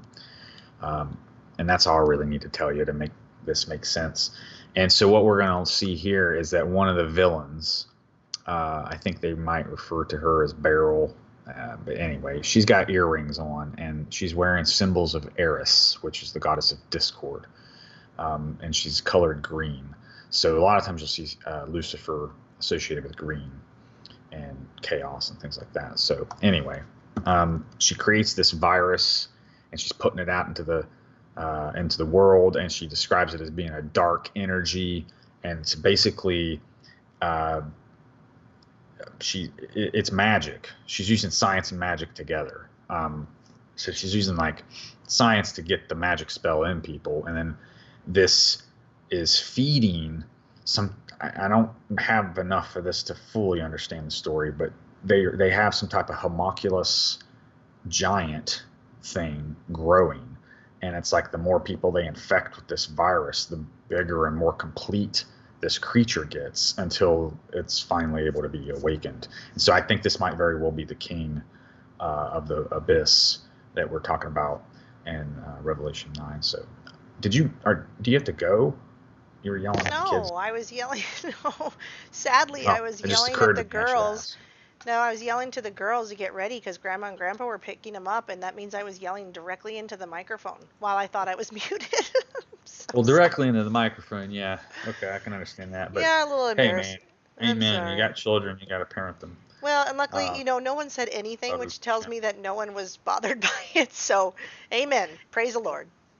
Baruch Hashem. Yes. So anyway, let's go ahead and play this video. Oh, I gotta unmute it. Sorry. Oh wait, I think I might be able to skip some of this because it's like an intro. Yeah, I'm sorry. It's in Japanese, so. But it's captioned. Oh wait, that's another intro. It's very short. But it's mysterious virus.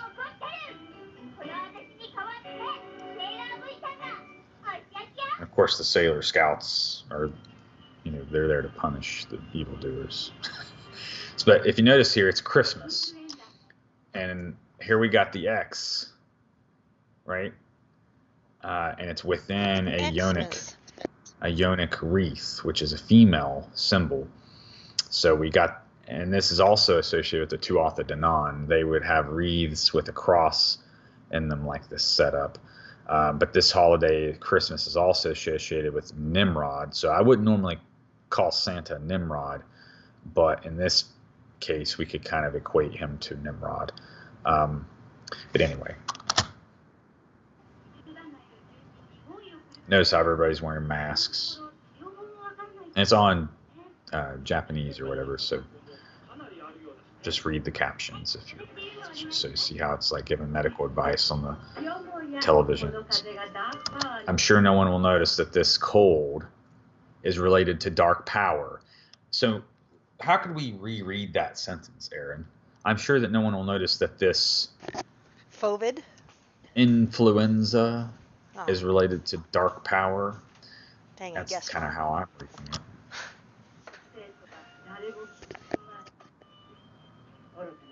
Stupid humans, all of you should get infected, she says.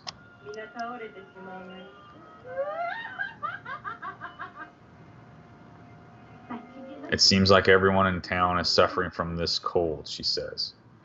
It's time for the goddess of love to act. Well, anyway. Oh, they're calling it Venus. Which again, that's the morning star. So it's like to destroy Babylon, they bring Lucifer. Oh, well, no wonder that he can be their savior, right? So they got to create the ridiculous.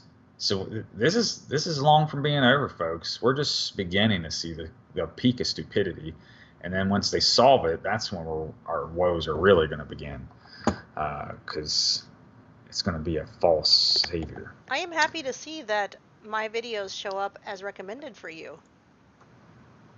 I'm sorry, what? When the video ends, it recommends a bunch of videos. Oh. They pop up on the screen, and 2 of them are mine. Are you concerned that your algorithms, are you like what do they call it? Shadow ban. Yeah. Because I tell people I don't know if I'm shadow banned or people are just kind of not Well, I interested in watch the a lot content. of our Could be both. videos because, I mean, they're really packed with information, and sometimes I forget. Like, wow, that's really interesting, you know. So they probably appear there because I spend a lot of time. Because they're not actually recommended just because you watch, but No, you know, no. I mean, they're all recommended. Trust me.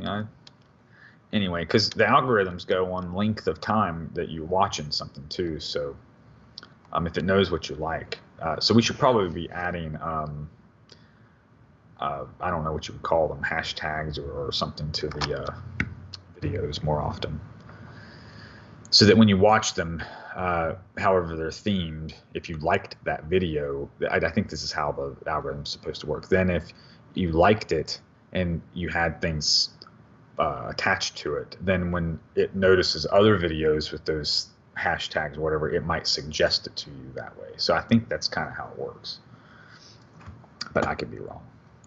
All right, so here's the Daily Mail article. Stanford scientists are celebrating a superhero vaccine based on DNA of Olympic athletes, which could protect people against leading causes of death, such as heart disease and Alzheimer's. Well, that would be great after the vaccine that's killing everybody with the heart problems. So, folks, I mean, come on now. Like, I wanted to share this because we're just talking about all the superheroes with the Enza thing. It's like, well, not only can you be the giant, but hey, you can like genetically alter yourself to be like. I wish I had. So I want to jump in here because I wish I had called it, soundbite like Gons has, because when I was back in getting my master's degree, I was considering doing my thesis on gene doping, which was where you could insert genetic material from athletes and be more athletic. Be more athletic. Fake it till you make it, huh? Yeah, You are so what you eat, kind of thing. Whether you did slow twitch or fast twitch, they were doing them in rats and finding that you could inject this DNA into a rat and it would just become muscular without even having to work out. You could inject it for longevity, like a person who wants to race, and they could just race for great lengths of time. This was 20 years ago, okay? So then, well, let's say 16 years ago maybe, but anyway, I decided not to do it because I was going to write up on the ethics of it. But then I thought, well, there wasn't enough information to do it. And then when I started getting into these videos where I talked about the third strand, I said, what are the ways that they're going to make people want to run for a kind of vaccine? And I said, it will cure diseases. It will give us superhuman powers. It'll give, the ability to fly, climb walls, whatever, but not us, guys. It's not going to do that to us. To the regular person, it's going to make you, you're going to become the hive mind slave that's a superconductor and controlled, and now you're no longer salvation. There's no longer salvation for you. But for those, on the upper echelon, they'll get all the superpowers and everything that they're trying to sell you. So anyway, I'm throwing out the called it thing because not only was I going to write a thesis on this in college or in my master's program, but I've made videos talking about it. I'm done. Well, I didn't think to find it, but I might have it somewhere else, like on the Discord. But I found a story this week about China's got these genetically engineered soldiers, and they can run for longer, they can stand the cold, they don't have to sleep, they don't have to eat, stronger, everything about. They have infrared vision, just all these crazy abilities. And so they're already doing it with the Chinese military. So it's not future tech. It's meow tech, actually. It's in the meow. Yeah, here in the meow. So, and I read a part in the Bible not long ago. It was talking about how Babylon will be overcome by these, like the mighty men of Moab type situation where they'd be able to run up over the walls and stuff. And I was just thinking, like, is it going to be like these crazy genetically engineered dudes? That's what we're going to really be dealing with. They're not even going to be human. They're going to be giants, literally giants in human bodies. Like, This is just phenomenal. I tell you, it's really crazy time to be living in. But anyway, I didn't find that link quickly enough for the show, so I'll try to share it next week. But if you look for it, I think you can find it. But it relates to this one here. So I don't know who the model athlete is for them over there. I mean, I didn't get far in enough to discover like who their studs are, if you will. But it would be interesting to see who they're modeling these things after, you know, and which bloodlines they're choosing and why, et cetera, et cetera. Because, you know, inbreeding creates a lot of problems. So this could be a way for them to try and correct their problems, which is why if you're breeding dogs or plants or something, you'd eventually, after you get, I don't know, like into your 6th generation or something like that, you'll cross it back to your original and kind of flush all those bad genes and start expressing the things that you really wanted. So and that's what they've been doing to us for centuries. And so when we get to this point called the 6th epoch, they can start creating their new race. And so the way they see it, they see themselves as the shepherds of this new aeon, with them at the helm, and of course with the hive mind, you know, quite a herd emphasis indeed. I didn't want to talk ever long about that because I had another Sailor Moon link and then another link like this, but I just wanted to share these with people because, you know, we need to get it out there. So let's go to the next Sailor Moon clip. Now this one just shows a different scene, different part of it, so it's in Spanish or something though, so unfortunately we're not going to get to really understand what's going on, but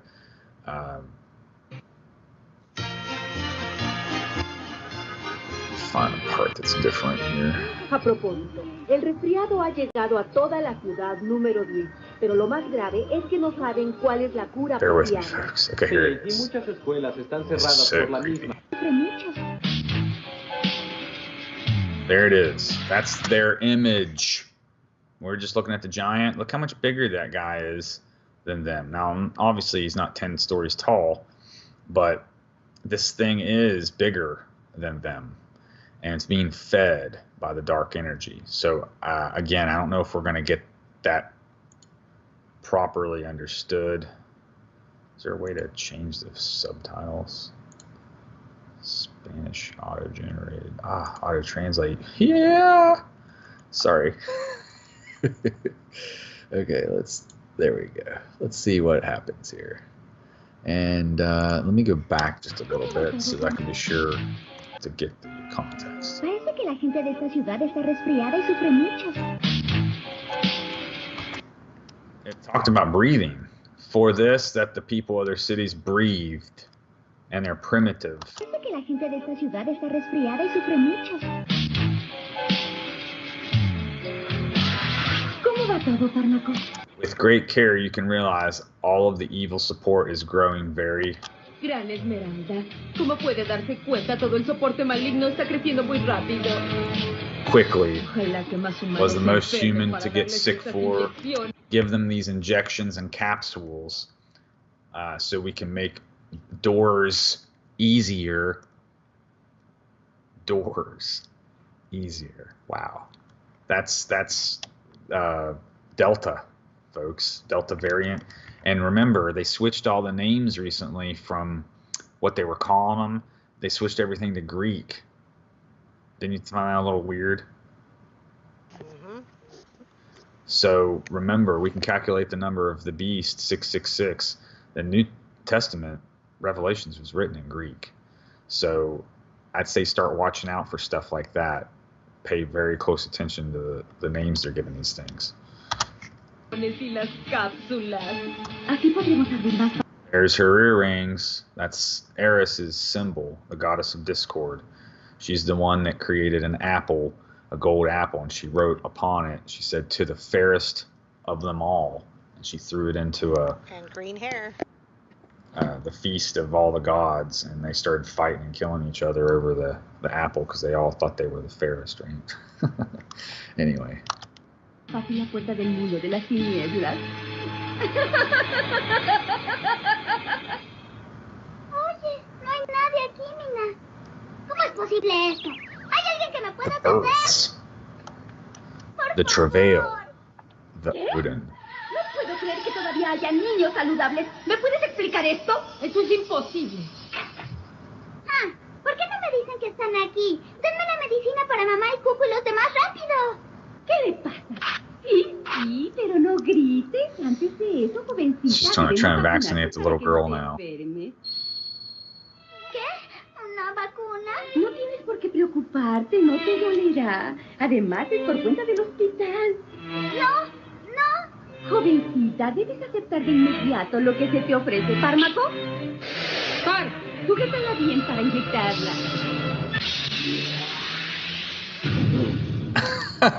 She like Car. turns into a villain. Offer you bread? It's a weird thing to offer her. ¿Cómo te atreven? Anyway, I don't know if we have to continue that now because it's just like we're here to save the day and all that jazz. But you can see where like that was going. Okay, so let's go to the next one now. Yeah, run from the jab. Hide your wife. Hide your kids. Okay, okay, here's the next link.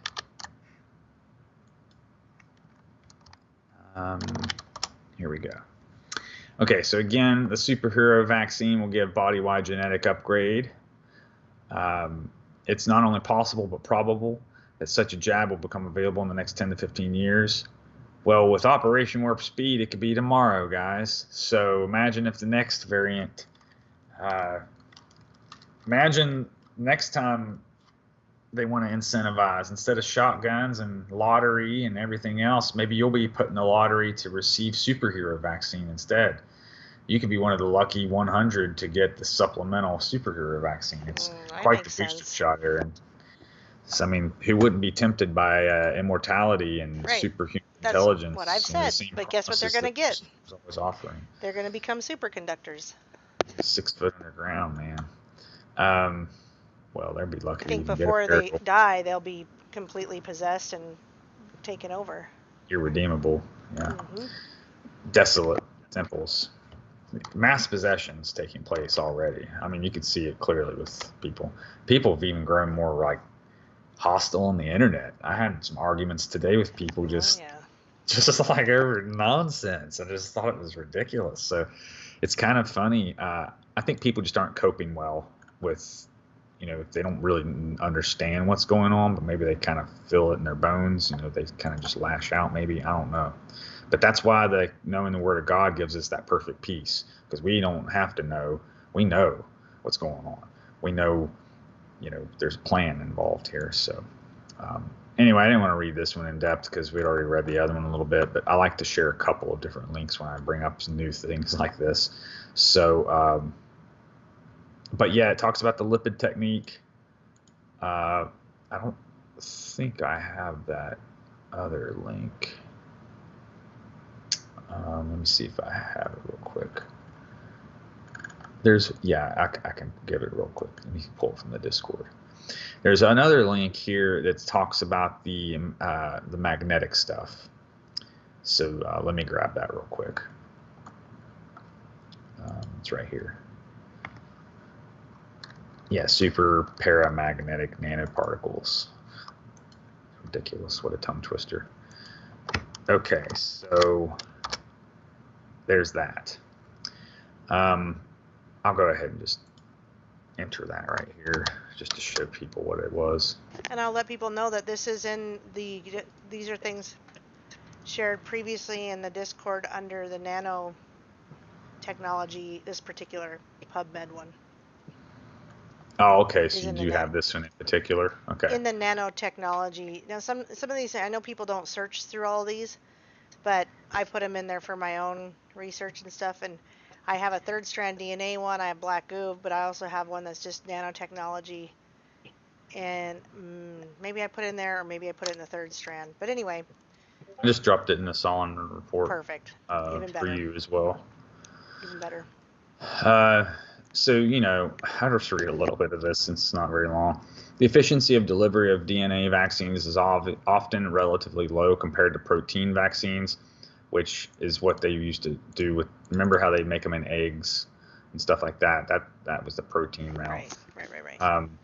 And so the DNA, I think, is referring to mRNA in this case. The use of super paramagnetic iron oxide nanoparticles, spions, to deliver genes via magnifection shows promise in improving the efficiency of genes delivery both in vitro and in vivo. I mean, Aaron, if it weren't for stuff like this, it would be crazy that people could stick magnets and stuff to their arms. Like, I'm telling you, this is just... I'm sorry to get so, like, bent out of shape. I understand. This is ridiculous.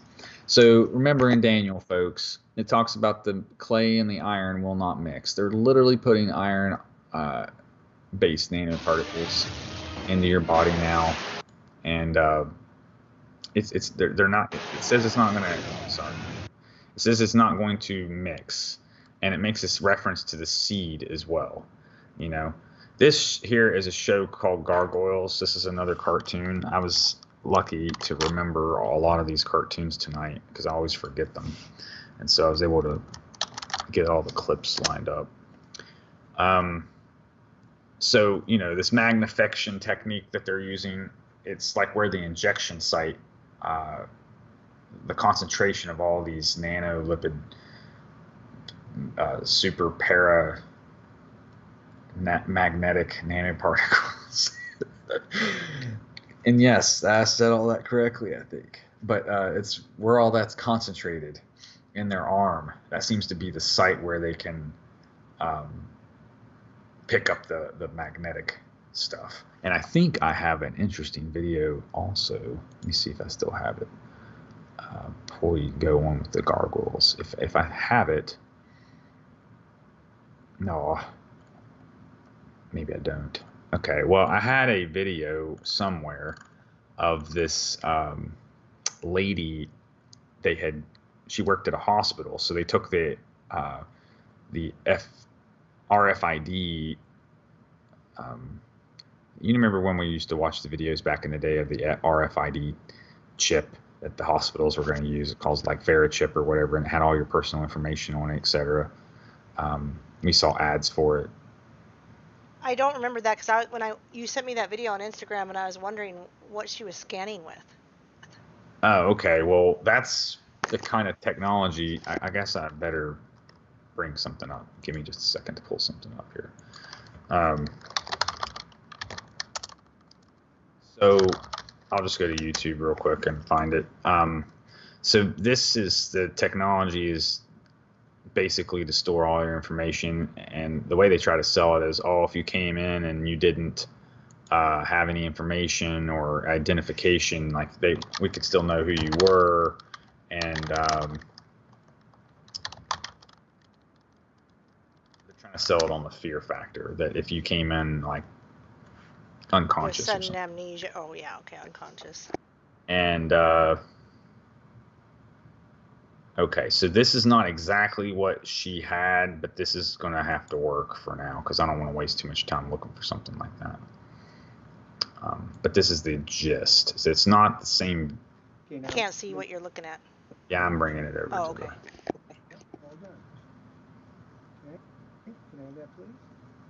Okay, so he just inserted. That's what she was using basically right there. It did pretty much look so like that. they put that over top of the injection site, and it read a number. It's put in a small glass capsule, and it is injected into your body. And she said, well, try my other side. It's unvaccinated. It didn't do anything. So they did it again on her vaccinated site where forms a pseudo scar tissue inside your skin. Sorry, should be so that the chip doesn't migrate. There's no power source in the chip. It lies dormant underneath your ear, and it's only awakened when a scanner is waved over the area where the chip is implanted. It's only awakened. Like the giant? So what happens when they turn on the 5G thing, and then you're always activated? You're a superconductor. Oh, you just watch this. I'm about to show you guys something that's going to really flip your head lid. Okay, so before we do the gargoyles one, let me do this one because it's so relevant now to what I just said. So this is another cartoon that's on Netflix. I haven't seen this, but It's pretty crazy. Charter City is stunned by the sudden rollout of Rook Unlimited's most fantastic device ever. G.I. Joe. The Smart Mark. Throw your other devices away, because the Smart Mark is more than just a phone. It's part of you. It's from the Use it episode as of cash. Cobra's Pit. Book your travel. And even shoot video. Distribution points are all over the city. And don't let the lines discourage you. The Rook Unlimited Smart Mark is worth the wait. I never realized how wonderful technology could make me feel. The Smart Mark has brought order to my life. And the best Order. part, free. A gift of thanks to our city Of course from it's free. Notice the stocks were up. 23% of the population has been given the Smart Mark, number 1. Time to test. Whoa, what did he say? Unlimited. Then in the chat it says sterilizing or disposing of 90% of the world's population is the Malthusian globalist goal. Now in the next scene, it was really good timing. Listen to how much the percentage is. 23% of the population. 23%. Here's the Bulls 23 again. Has been given the Smart Mark, number 1. Time to test our system, number 6. The Flex Fighters are out there somewhere, teaming up with Jonathan Rook. Let's put our new recruits to work subtly. Let's put our new recruits to work subtly. Activate the system. Number 6.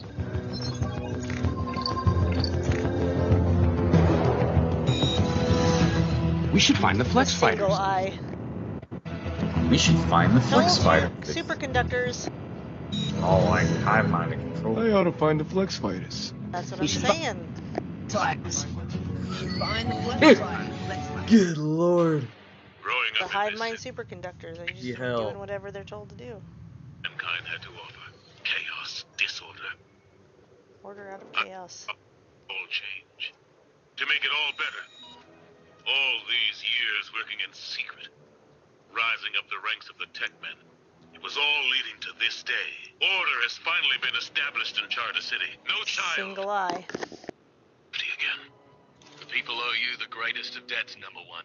For liberating them from the chaos of their lives. 3 eyes. Maybe it's his pineal. It's smart marked? No way. That's clearly some shady biz. Who wants to be... You call yourself a man of science. World order is our destiny. Submit to a smart mark and join the glorious victory of order over chaos, or you will be eliminated. It's pretty straightforward, isn't it? Yep. There's really You nothing didn't get a to- choice. Yeah. Really. There's really nothing you have to break down on that and go, okay, what are they really saying? It's like the illusion of choice. Okay, so now let's go to the Gargoyles clip, and that'll be the last of the cartoons for the night. Okay. A lot of good ones, huh? So this is Gargoyles. I used to watch it a lot when I was a child. The villain in this has a very similar plan. So let's let her do the talking. Let's let her bazooka do the talking.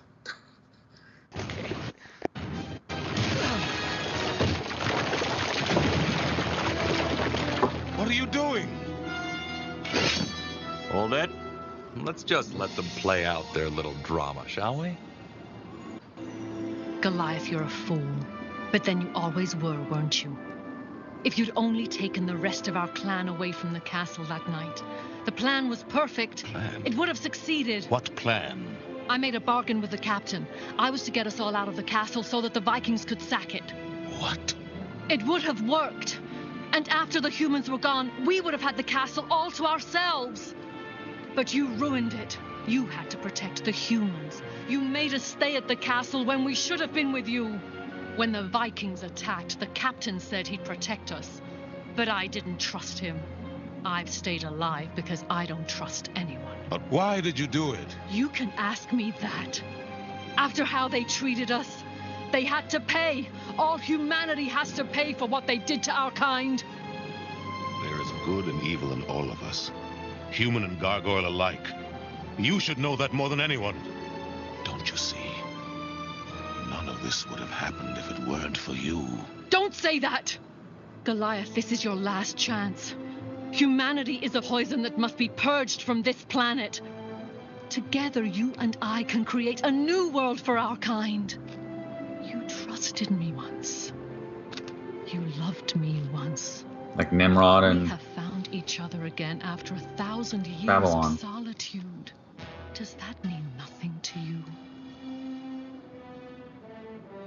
But he destroys Very well, Babylon. If you are not my ally, then you are my enemy. I have a name too, Goliath. The humans gave it to me long ago. You should know it before you die. I am Demona. Goodbye, Goliath. The tower. Notice here the tower.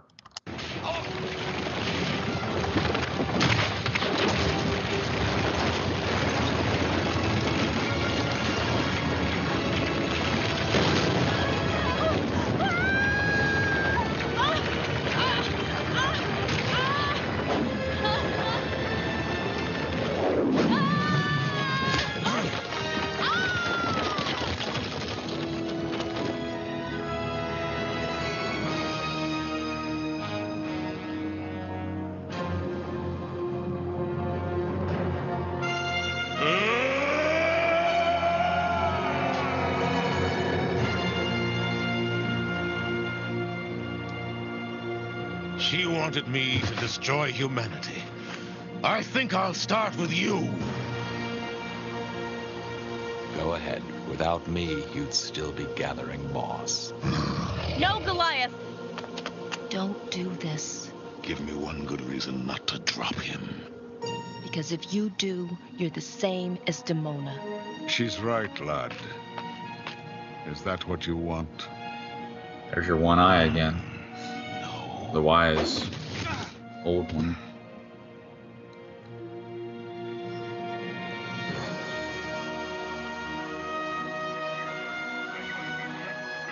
Hey, Wubo. So, I actually thought I had a different clip there. I think there's another one where she goes into a little more depth about the virus and her plans, but she basically had her own agenda there where she was going to create a virus and humanity with it. Okay, so speaking of whacking humanity, the reason for today's title is because if you haven't heard, allegedly John McAfee was found dead in a Spanish prison. Some say that he committed suicide.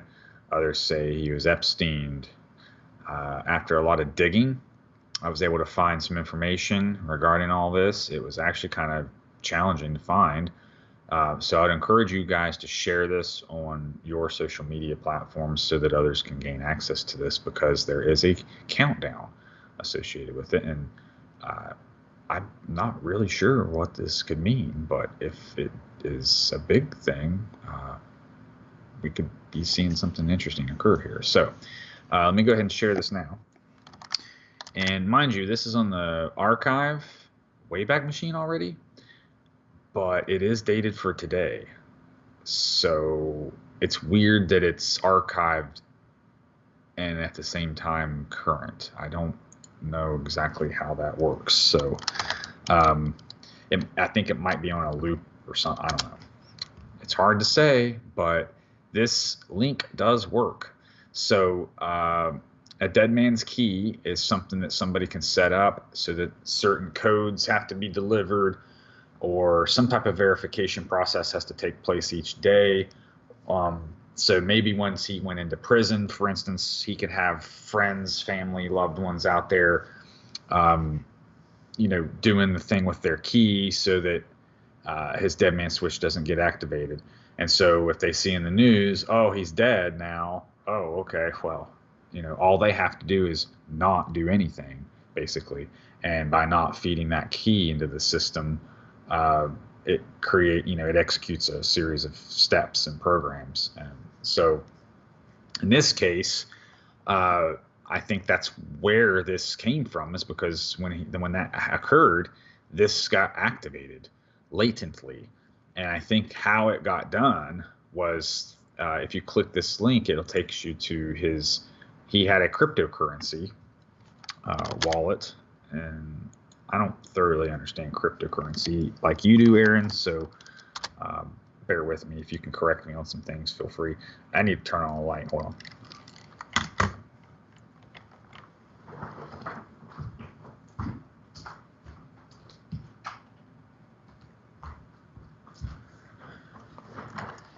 Sorry about that. The light's failing here, so I had to turn an artificial light on. Anyway, so if you go here, you can see the wallet and the transaction, and this is just one of many, I think. But anyway, before he had died, he had gotten this $ whacked tattooed on his right arm, and said that if you hear about him dying and he didn't do it, it was, it's an Epstein kind of deal. And he said, look at his right arm to make sure it's him, and then you would know why. And then what do you know? When we get the news, this token pops up, and this wallet starts sending out transactions. And so it seems that what he might be doing is activating latent nodes with VPNs and so on and so forth. And he's probably seeding a 31 terabyte file, which I'm thinking is probably already seeded out there.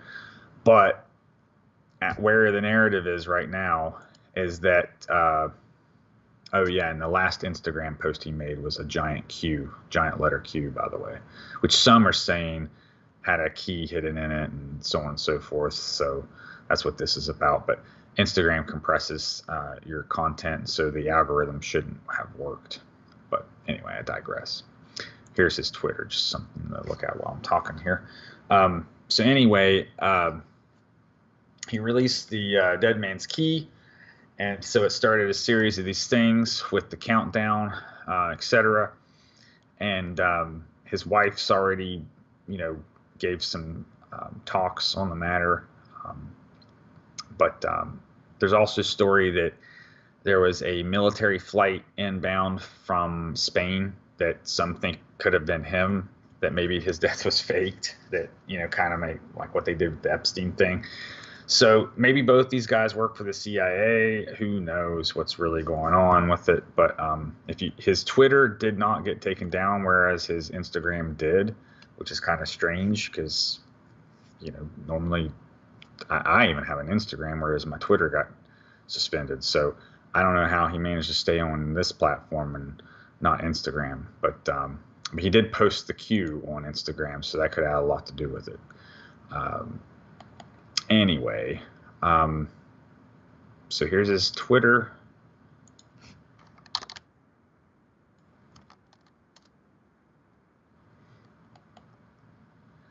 And this is a particular status from his Twitter. I'll share this one in particular also. I outed CIA agent Kent, Commissioner Rolle, and Tellus Bethel. I did this to prove I have data. It keeps me alive. See this. If I go, people in other countries will have this data and will release it. One in England wants to be named. His reasons. You are brave. Brit Bong blog post. This is the person that created this, I think. So I saw the account was suspended. Yeah, actually it is. So that's why it was so difficult to find this, because I had to spend several minutes searching and searching and searching, and finally I found it on the Wayback Machine here, which is weird, like I said, because it's archived for the current date. It just didn't even make sense. But with a tech-savvy guy like this, I'd say he already created it knowing he was going to be in jail or something. He somehow archived I don't know. He somehow got it to work, I guess, or had somebody do it for him, maybe. Anyway, let's continue here. So here's a site that's connected to his Twitter, where he's got a link there. So if you want to know a little more about him, like Epstein, this man at McAfee has many dead man switches to public addresses he threw out there Florida towers was a diversion, something else to be released. Yeah, I kind of inclined to agree with you that down in Florida there were some condominiums that were collapsed, and it's rumored that he owns some property there, and that maybe that's where the server was that had the 31 terabyte file. His son's office or something. Yeah, but I don't think he's stupid enough to put something that important in a obvious place like that. You know, he's going to put that in a storage unit somewhere, inconspicuous or whatever. You know, like who knows? It's probably at the bottom of the ocean. So part one, by the early 1970s, I had established a pattern of working. Oh, sorry, this is an article this guy wrote talking about his life with John McAfee. So it can give you a little bit of background on the guy. Actually, let me go. There's a part. Let me get to part two. I'd rather just read that.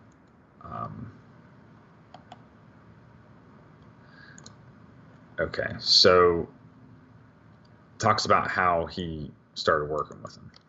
Okay. So seems that practicing physicians can somehow recognize other practicing physicians, like gangsters who have robbed banks, and recognize other gangsters who have robbed banks, something I had not considered. I was now on high alert and recognized my situation and might even be guilty of a felony for impersonating a medical professional. I had submitted my real driver's license and address. Sorry, this is getting ridiculous. Let me go down here. When I finished medical school, I went for further training in epidemiology. I was assuming no one would check this, which fortunately they did not. Before I could set up a practice, a new thing called computer viruses emerged. This is the part I was looking for. Recognizing that my knowledge of disease transmission might make me a fortune in this new area, I abandoned medicine, partnered with a programmer, and formed McAfee Antivirus. I stopped and waited for a response, seemingly forever. It says, finally, the Egyptian said, did you get lucky? And it says, from there on, it was smooth sailing. I was the most popular student in the class, and I learned what I sought, something my fellow students missed entirely. So it's just kind of an interesting background if you wanted to kind of get a little bit of that. He just had that linked on his profile. But I thought that was interesting how a real doctor partnered with him to form the company. It's just kind of funny. And the countdown. So if you go from the date of the 25th and add 28 days, you get roughly July 23rd, which is the next full moon. It's a full moon right now also. So it's kind of random. I mean, I looked up that date and I couldn't really find anything at all associated with it. Oh, you know what? July 23rd. Let me go here actually, because it never occurred to me to use this calendar. This is the only one that would really matter anyway. Yeah, right here, which is actually, it's a Sabbath. So, maybe, 15th of Av. Oh my gosh, guys. So look at the very next day. It's the destruction of the temple.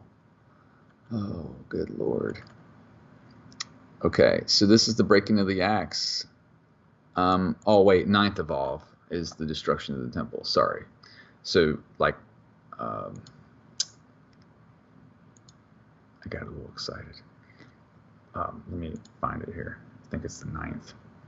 Oh, come on, computer. Work with me here. So, yeah. So it'd be the week before that, or 2 weeks before that, actually. So 2 weeks before that, at the very end of Tammuz, which is the month associated with weeping, because they're weeping over the temple, I think this is where we would find it. Or the 5th of Av, maybe. Anyway, sorry, I don't mean to waste your guys' time. It's in the month of Av somewhere. I thought, no, I really feel like it's, maybe it's the 5th. Let's just give it one more try. Oh, I'm so sorry. I don't mean to waste your guys' time. Anyway, look through this Av date. This is going to end around the destruction of the temple. I just can't figure out which day it was, but it's in the month of Av. So check that out. Could be part of the symbolism. Okay, and This is the technical information for the website that we were just on. I don't know if anybody's a geek enough to really want this, but here it is. Oh, hey, Karen, happy birthday. Okay. So if you wanted to like get a little bit of background on this guy, Brett Bong blog post, this is the technical information for that. It's not for this, but this is the link for Ethernet scan, or excuse me, etherscan.io for monitoring the crypto. This is on this site. Something big is coming. All the right people are scared. They should be, it says. Contingency plan activated is what it's called. So pretty crazy, guys. This is the most legitimate dead man's key I've seen in a while. So, have to really pay attention to this. So this is something we'll probably revisit in a few weeks. Okay, so we're starting to get into this double X thing here. Could be when he was established. This is Machine Gun Kelly, by the way. I found another double X symbol. So this could be when he was established, like 19 such and such. But I've been seeing the double X symbolism a lot, and it seems to be associated with death and judgment. Number 20 is the tarot card of judgment, I think. So it's like these people know exactly what they're bringing. They definitely know. Do they even understand like they're going to be the first to get squashed like grapes? I mean, they probably don't believe that part. They know, but they don't think that they're going to be. They don't think they're going to suffer. Well, because they think they're getting the daddy they want. They don't realize. Anyway, because they believe it from the Luciferian point of view. Yeah, exactly. That he's a good guy. That they're going to have this ascension and everything's they're going to get rid of the demiurge, and they believe that. They know it's coming, but they don't. Sad. Okay, and it's like the chickens being happy that the fox is there to see them. It's like, guys, it's your undoing. So here's another article. Oopsie. An event 201 type thing here. Oh, it's just shared it twice here. Let me try it again. Yeah, in a sense. So the National Guard just simulated a cyber attack that brought down the utilities nationwide. Apparently, this has already been done. But this is similar to that. There was something he did back in the, like around 2017, 2018. There was those exercises that they were doing about like public unrest and stuff. Then of course this happens with the COVID and whatnot, and then now they're simulating all these attacks. And even Biden gave Putin a list of 16 critical infrastructures that Russia wasn't allowed to attack. Yeah, brilliant. I mean, yes, brilliant.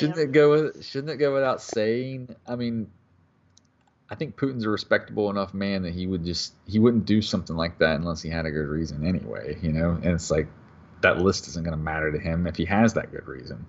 I just think it was just funny. It's absolutely absurd. This Biden presidency is a joke. But I think that, remember, they're both wings of the same bird. I don't think that I'm not at all surprised because, what's this do for Trump? I mean, does this not only divide the country further? Think if Biden was actually a decent president for what it's worth. It would be so much harder to sow the division and stuff, right? Because people be like, oh, well, whatever. People are so consumed with their own lives in general, like they really wouldn't probably even pay attention to it again. But because he's so bad, people are going to feel like they're now being jilted because not only did they get this when they could have had Trump, which seemed to be okay for the time being, right? But now we're going to get somebody we didn't even elect, So with the Kamala Harris thing, I just think, man, scary to think what could happen. She finally went down to the border, by the way. Did you hear about that? Yeah, it was the On the Border restaurant. Just kidding. I don't know. Yeah, and she didn't even actually go to the border, so it's just more pandering. I don't know what they're really expecting to happen. I mean, they're Cajun people down there. It's getting to be a humanitarian crisis. So, I almost wonder, are they trying to create situations where it looks like they're out of control and they can't handle it, so that the UN will have to come in, and it's like, now you've set the precedent that the UN's on your soil. You see what I mean? Like, are they trying to do stuff like that? Knock out the grid, and it's like, now the UN, well, we're already here. I think we're seeing Mr. Robot playing out. Exactly. Which is also the plot line for Terminator, because that's what necessitated the creation of the AI overlord, was to control all of these systems and to root out and destroy viruses, and to be like the ultimate defender. This is our salvation. This is our savior, this computer thing, right? And so it like becomes their ultimate tyrant, and it gains control of all the weapon systems, and starts war. Of course, by that point, in the Terminator franchise, I mean, we're not just dealing with AI. They throw in time manipulation in there. So, like, at some point, the AI just figures out how to go back in time, and it starts killing people and stuff. So, I mean, we really want a steep slope here, folks. I don't like where this is headed. But all the more reason to keep your identity as secret as possible. With the times that are coming, I would think twice before you let anybody scan your face or your body. I mean, they do this at the airport. They do it at the DMV. I mean, just try to see things with spiritual eyes. I mean, they're trying to get your number, as it were. This is getting to be kind of weird. But let's read a little bit here from Matthew 7 and 13. That's how I wanted to finish things out, because we are in the narrow gate, right? Meow. The sheepfold gate is Cancer. So now that we're in the zodiacal region of the sheepfold gate, let us read about the narrow gate. Matthew 7:13 and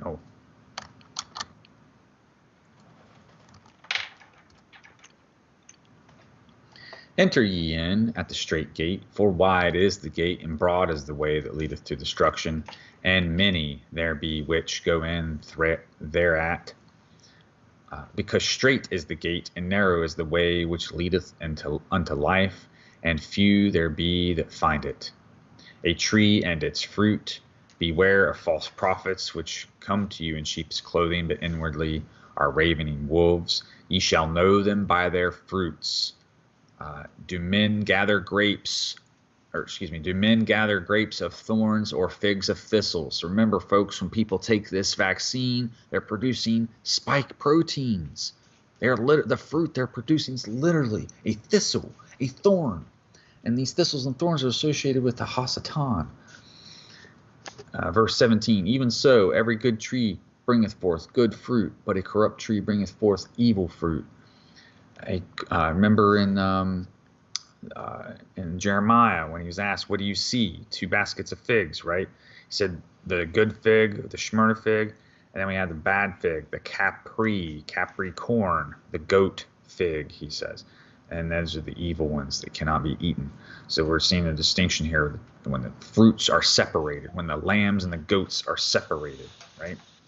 Every tree that bringeth not good fruit is hewn down and cast into the fire.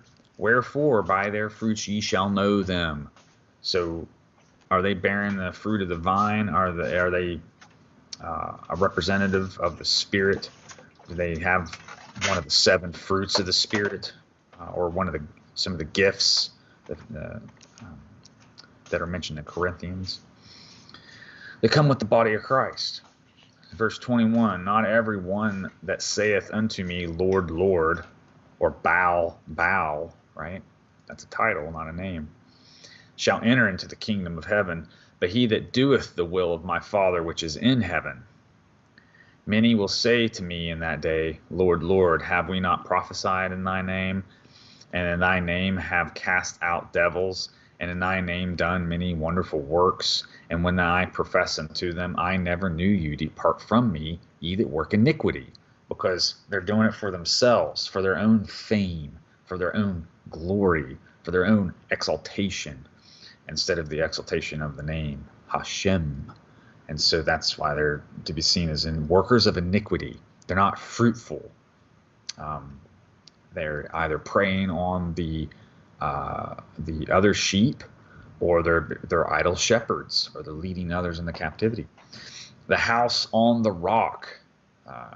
Therefore, whosoever heareth these sayings of mine and doeth them, I will liken him unto a wise man, which built his house upon a rock. And the rain descended, and the floods came, and the winds blew and beat upon that house, and it fell not, for it was founded upon a rock. And every one that heareth these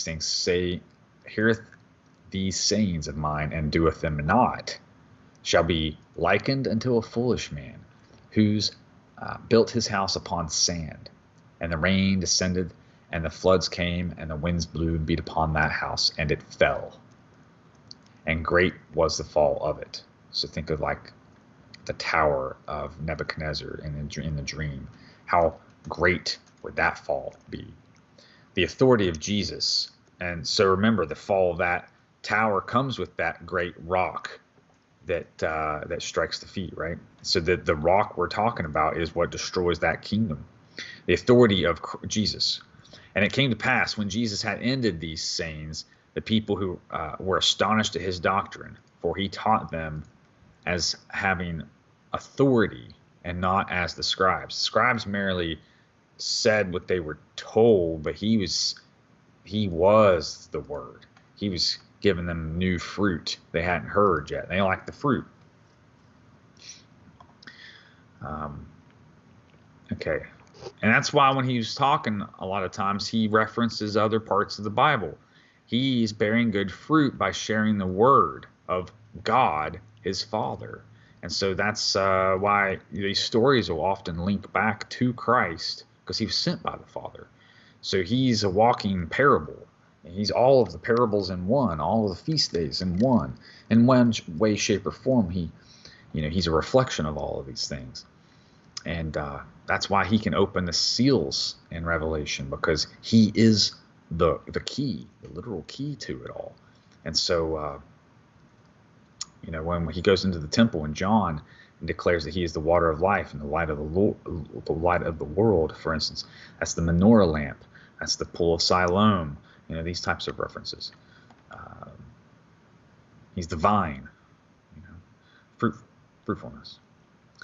All right, so parable of the sower. This is Matthew 13, and then we'll be finished.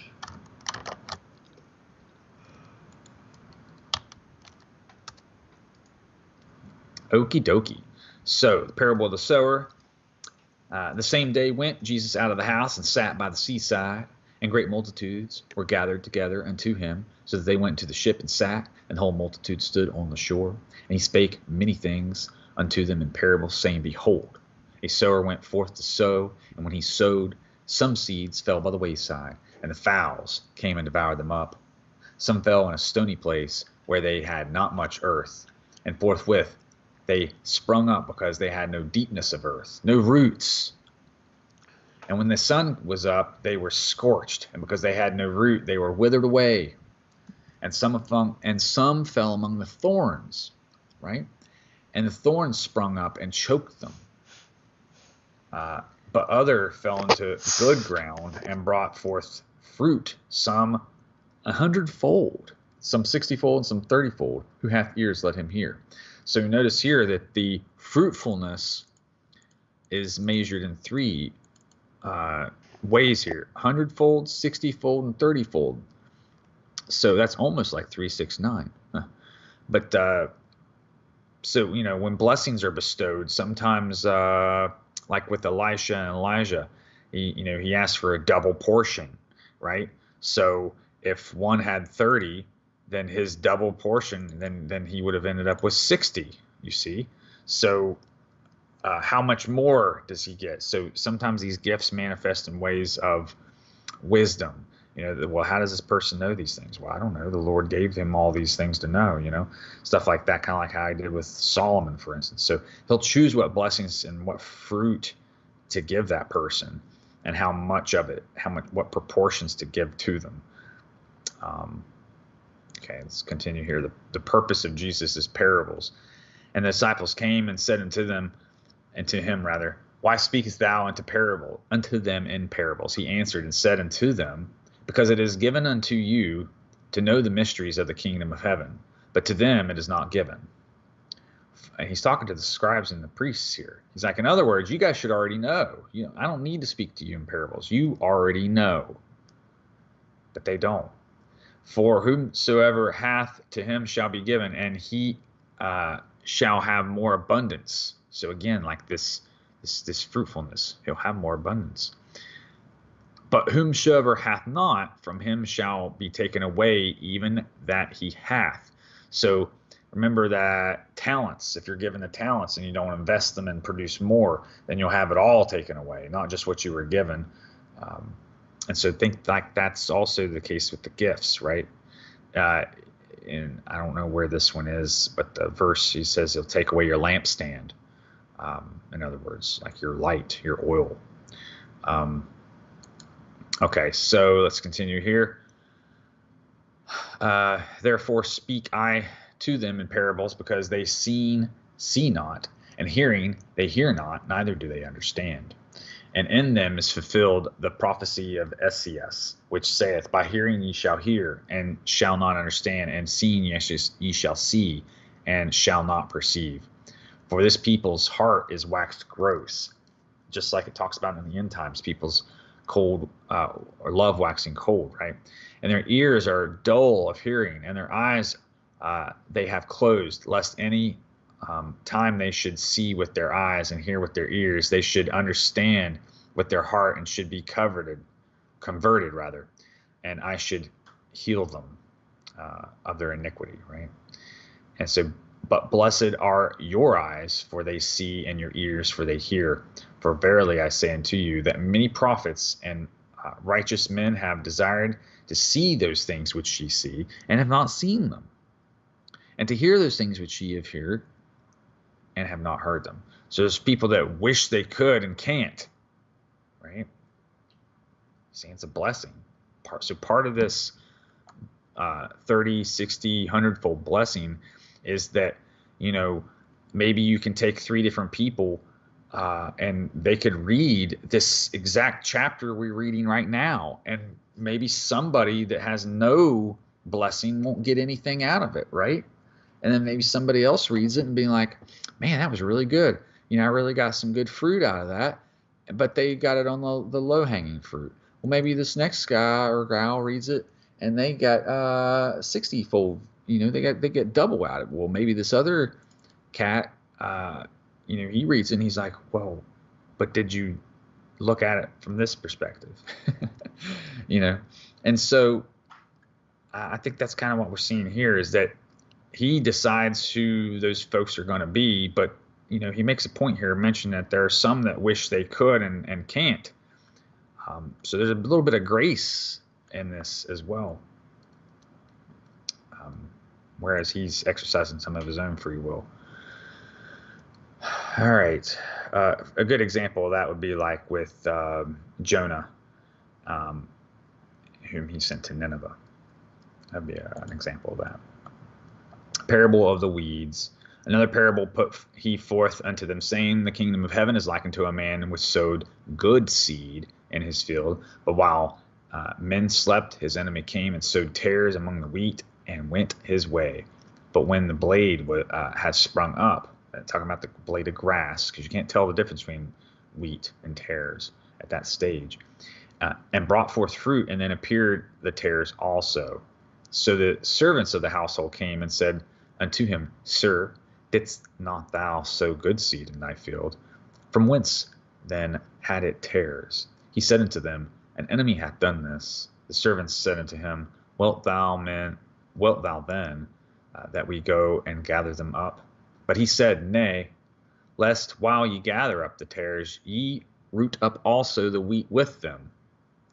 Let both grow together until the harvest. And in the time of the harvest, I will say to the reapers, Gather ye together first the tares, and bind them in bundles to burn them, but gather the wheat into my barn. So, you know, I'd have to say that based on this right here, you know, a lot of folks talk about pre-trib rapture and such. But right here, it's telling us that the tares are going to be gathered up first and burned, which would just leave the wheat, you see. And it talks about how the meek will inherit the earth, and how vengeance is not ours, but we're to give it to God. So, you know, I think that what will basically happen is a lot of these people are just going to drop dead, and we'll just be left here and have to deal with the aftermath. But anyway, or we'll be in the barn, so whatever that means. And so in the vineyard, at any rate, a parable of the mustard seed. Another parable put he forth unto them, saying, and in this regard here is much like Purim, by the way.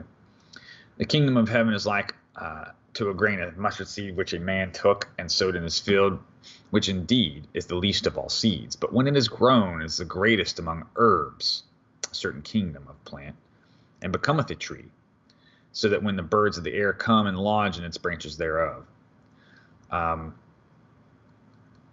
All right, so the parable of the leaven.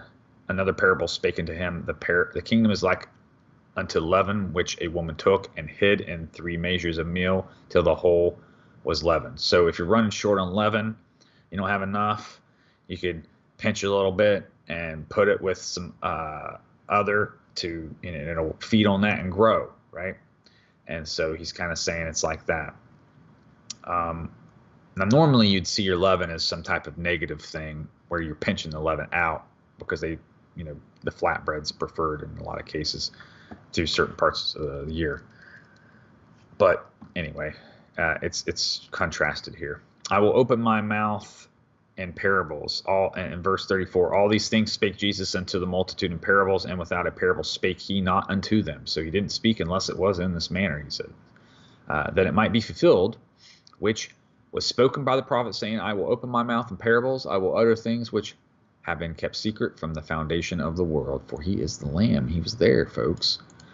The parable of the weeds explained. Then Jesus sent the multitudes away and went into the house, and his disciples came unto him, saying, Declare unto us the parable of the tares of the field. He answered and said unto them, He that soweth the good seed is the Son of Man.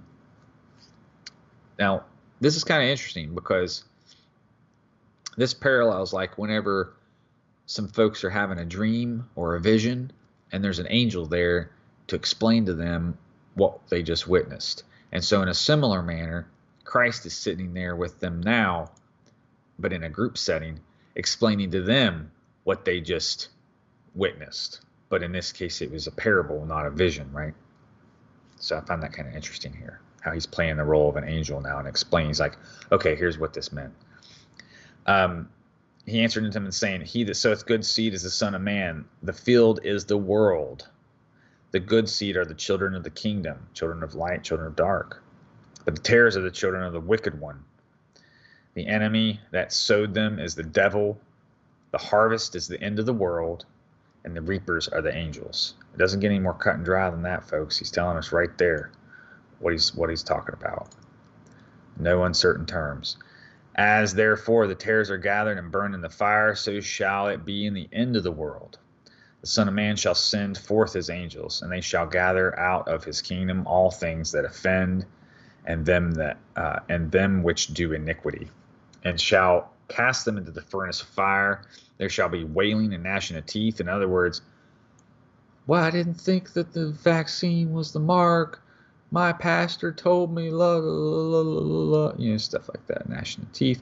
Not only that, there's different parts in the Bible where, as punishment, Yahweh, has made people eat their own children and so on and so forth, and neighbors. So like this zombie stuff, it's not far off base, folks. There are parts in the Bible we can reference, so maybe next week I can bring those up. But eating their youths and stuff like that kind of stuff happened during sieges, like when the cities would be at siege, stuff like that. Anyway, so gnashing of teeth is a pretty weird phrase. When you see that, know that this is usually closely associated with suffering in various types and forms. Then shall the righteous shine forth as the sun in the kingdom of their Father, who hath ears to hear, let him hear. So that stone that hits the Nebuchadnezzar's statue and fills the whole earth, that's what we're talking about here. Shining forth, he's that light of the world. The parables of the treasure and the pearl. I'm not as familiar with these. Again, the kingdom of heaven is like unto a treasure hid in a field, the which when a man hath found, he hideth, and for joy thereof goeth and selleth all that he had and buyeth that field, thinking that there was more there, right? Again, the kingdom of heaven is like unto a merchant man seeking goodly pearls, who, when he had found one pearl of great price, went and sold it, all that he had, and bought it. Interesting. Then the Mormon religion, their they have a book is called The Pearl of Great Price. Yeah. They like to steal little bits and pieces, but mostly they take out of Isaiah. Interesting. The parable of the net. Again, the kingdom of heaven is like unto a net that was cast into the sea and gathered of every kind, which when it was full, they drew to shore and sat down and gathered the good into the vessels, and but cast the bad away. So it shall be at the end of the world. The angels shall come forth, sever the wicked from among the just, and cast them into the furnace of the fire. There shall be wailing and gnashing of teeth. So folks, imagine, like, we probably tend to think of angels as being our size, right? But just for a moment, think, if these are the angels of the four corners of the world, if their job has been like to hold up the earth and or some wild stuff like that. There's even scripture of Michael being over a whole city, about to destroy it when God changes his mind. And I think the people saw him before God changed his mind. Yeah, we read about that. Right. We read about that in David. He chose that. That was the 3 days of being under the sword of the Lord. And then 70,000 people were killed in that incident, it says. So, I have no doubt that these entities are gigantic. So imagine, like, when this time comes, they're just sweeping their hands across the land. And, whatever they touch is, gone. And then so you got to have that seal. It's not going to affect you, So, like, when this stuff rushes over the land, we're probably going to witness a lot of horrific things all around us, but we're not supposed to be touched by the plagues, So it could be kind of crazy to witness all this stuff. But see, that's the thing. You think we're not going to write that stuff down after it happens, and that we're all going to have our story to share and what's been going on? Like, we become part of that story. We add to the great glory of Hashem and Yahweh. That's kind of, again, how Rahab was saved out of Jericho, was she had heard the stories of Yahweh. She was in a wicked city, but that's what Yahweh likes. He likes to be able to save people out of the wickedness. And so we're in Babylon. I mean, we can't get any more wicked, really, than where we're at today. So, it's good to spread the stories about what he's done for his people in the past, because that's what gives us hope and gives us a better understanding of what to expect in the future. Because it seems like what we're going to be witnessing is a combination of all of the feast days together, like different elements of them. Which, if Jesus Christ is the epitome of all these things, then his return would also be likened to that, I think. So it kind of makes sense too. Okay, Jesus said unto him, Have ye understood all these things? They said unto him, Yea, Lord. Then said he unto them, Therefore every scribe which is instructed into the kingdom of heaven is like unto a man that is an householder, which bringeth forth out of his treasures things new and old. So he's like a strong man in the house, protecting the valuable things, right? Excuse me. Jesus rejected at Nazareth. And it came to pass that when Jesus had finished these parables, he departed thence. And when he was coming to his own country, he taught them in their synagogue, insomuch that they were astonished. And imagine, he's, someone from the country, right? He's not one of these learned sages that they all see them. Remember that you said some dude flexed on you when he showed you his degrees? Yes. So imagine all these folks in the synagogue, like how credentialed they feel and such. And then so this guy's coming in there and teaching them things that they didn't even know, right? And said, whence has this man this wisdom and these mighty works? It's not this, and is not this the carpenter's son? He's just a country bumpkin, folks. Is not his mother called Mary, and his brethren James and Jose? What is this? Jose, and Simon and Judas and his sisters, are they not all with us? Whence then hath this man all these things? And they were offended in him. But Jesus said unto them, a prophet is not without honor, save in his own country and his own house. And he did not many mighty works because of their unbelief. So it seems as had they believed who he said he was, he'd have shown them more. So just like being given that gift or that talent, put it to use and you'll be given more, right? Just like up here where, if you use your 30, you'll be given 60. And if you use that 60, you'll be given 100. It's just responsibility. I mean, if you can't even manage your own house, should you be ruling a community? If you can't rule a community, should you be ruling a state? If you can't rule a state, should you be ruling a country, et cetera, et cetera, et cetera. I mean, Yahweh needs people that he can depend on and that can handle certain tasks, right? So that's what it's talking about here with the blessings. Not all the time, but, that's another example. And so, let's see here. And they were offended in him, and he did. Okay, yeah, I'm finished at that there. All right. Were you going to say something? I am going to be leaving my house very soon. So we're you said finished. This was the last thing. Yeah. Uh-huh. Yeah. That was it. Oh. So, folks, thank you again for Blessing of another information. packed evening. Was that 10? Yeah, it's 3 hours. Good. Cool. Almost, not quite. You didn't come in until 20 minutes after, so I don't really count it as 3. To be fair, but it was just 20 minutes of me talking and stalling. I'm like, got some other stuff to talk about. Let's try calling NPC. I'm really sorry for that. No, delay, you shouldn't be sorry. guys. I'm grateful that you got it figured out at least for tonight, and I'm sorry. We'll pray for NPC and his brother who has a real severe boundaries issue that we were wondering if there's maybe just some demonic influence at the least, if not more. I don't know, man. I've been trying to. I told him, he wasn't invited today, so. Well, thanks for doing all the work that you do. Thanks for spending the time, and thanks to everybody who takes their time to listen to us and hitting the like and sharing. That helps the channel. Even if you don't like every single video or episode necessarily, you can still like it and share it. And if you really don't like it, share it with those people that you don't like. Yeah, if it's plague worthy, definitely share it with people. Anything else you want to say before we go tonight? So what is next? Are we gonna run into a holiday or anything? I think it's like the 4th of July next Saturday, right?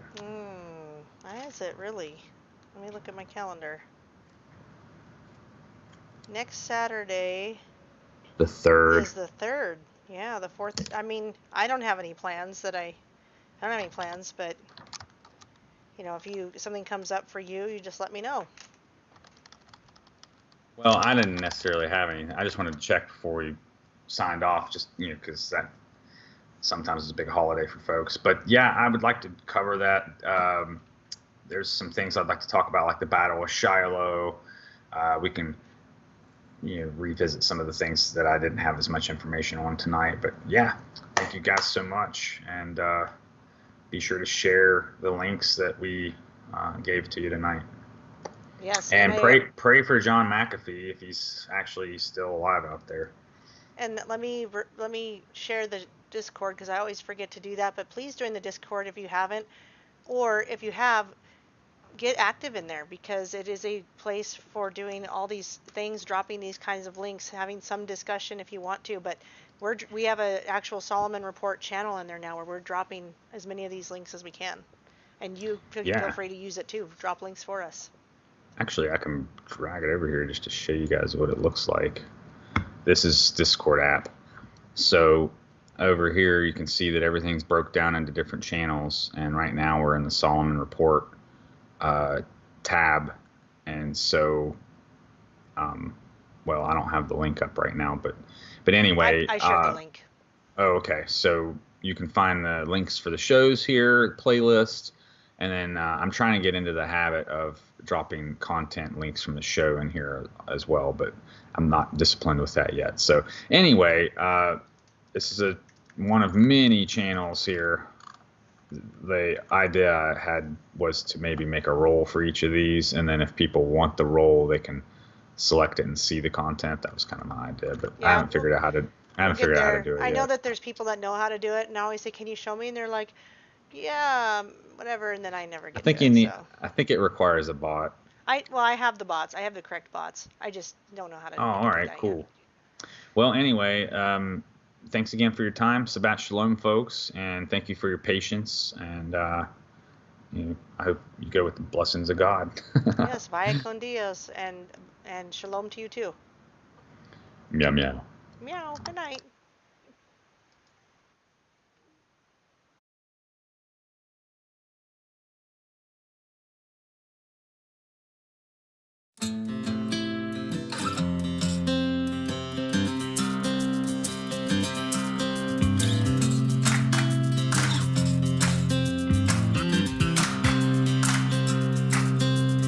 Woe to those plotting evil in their beds.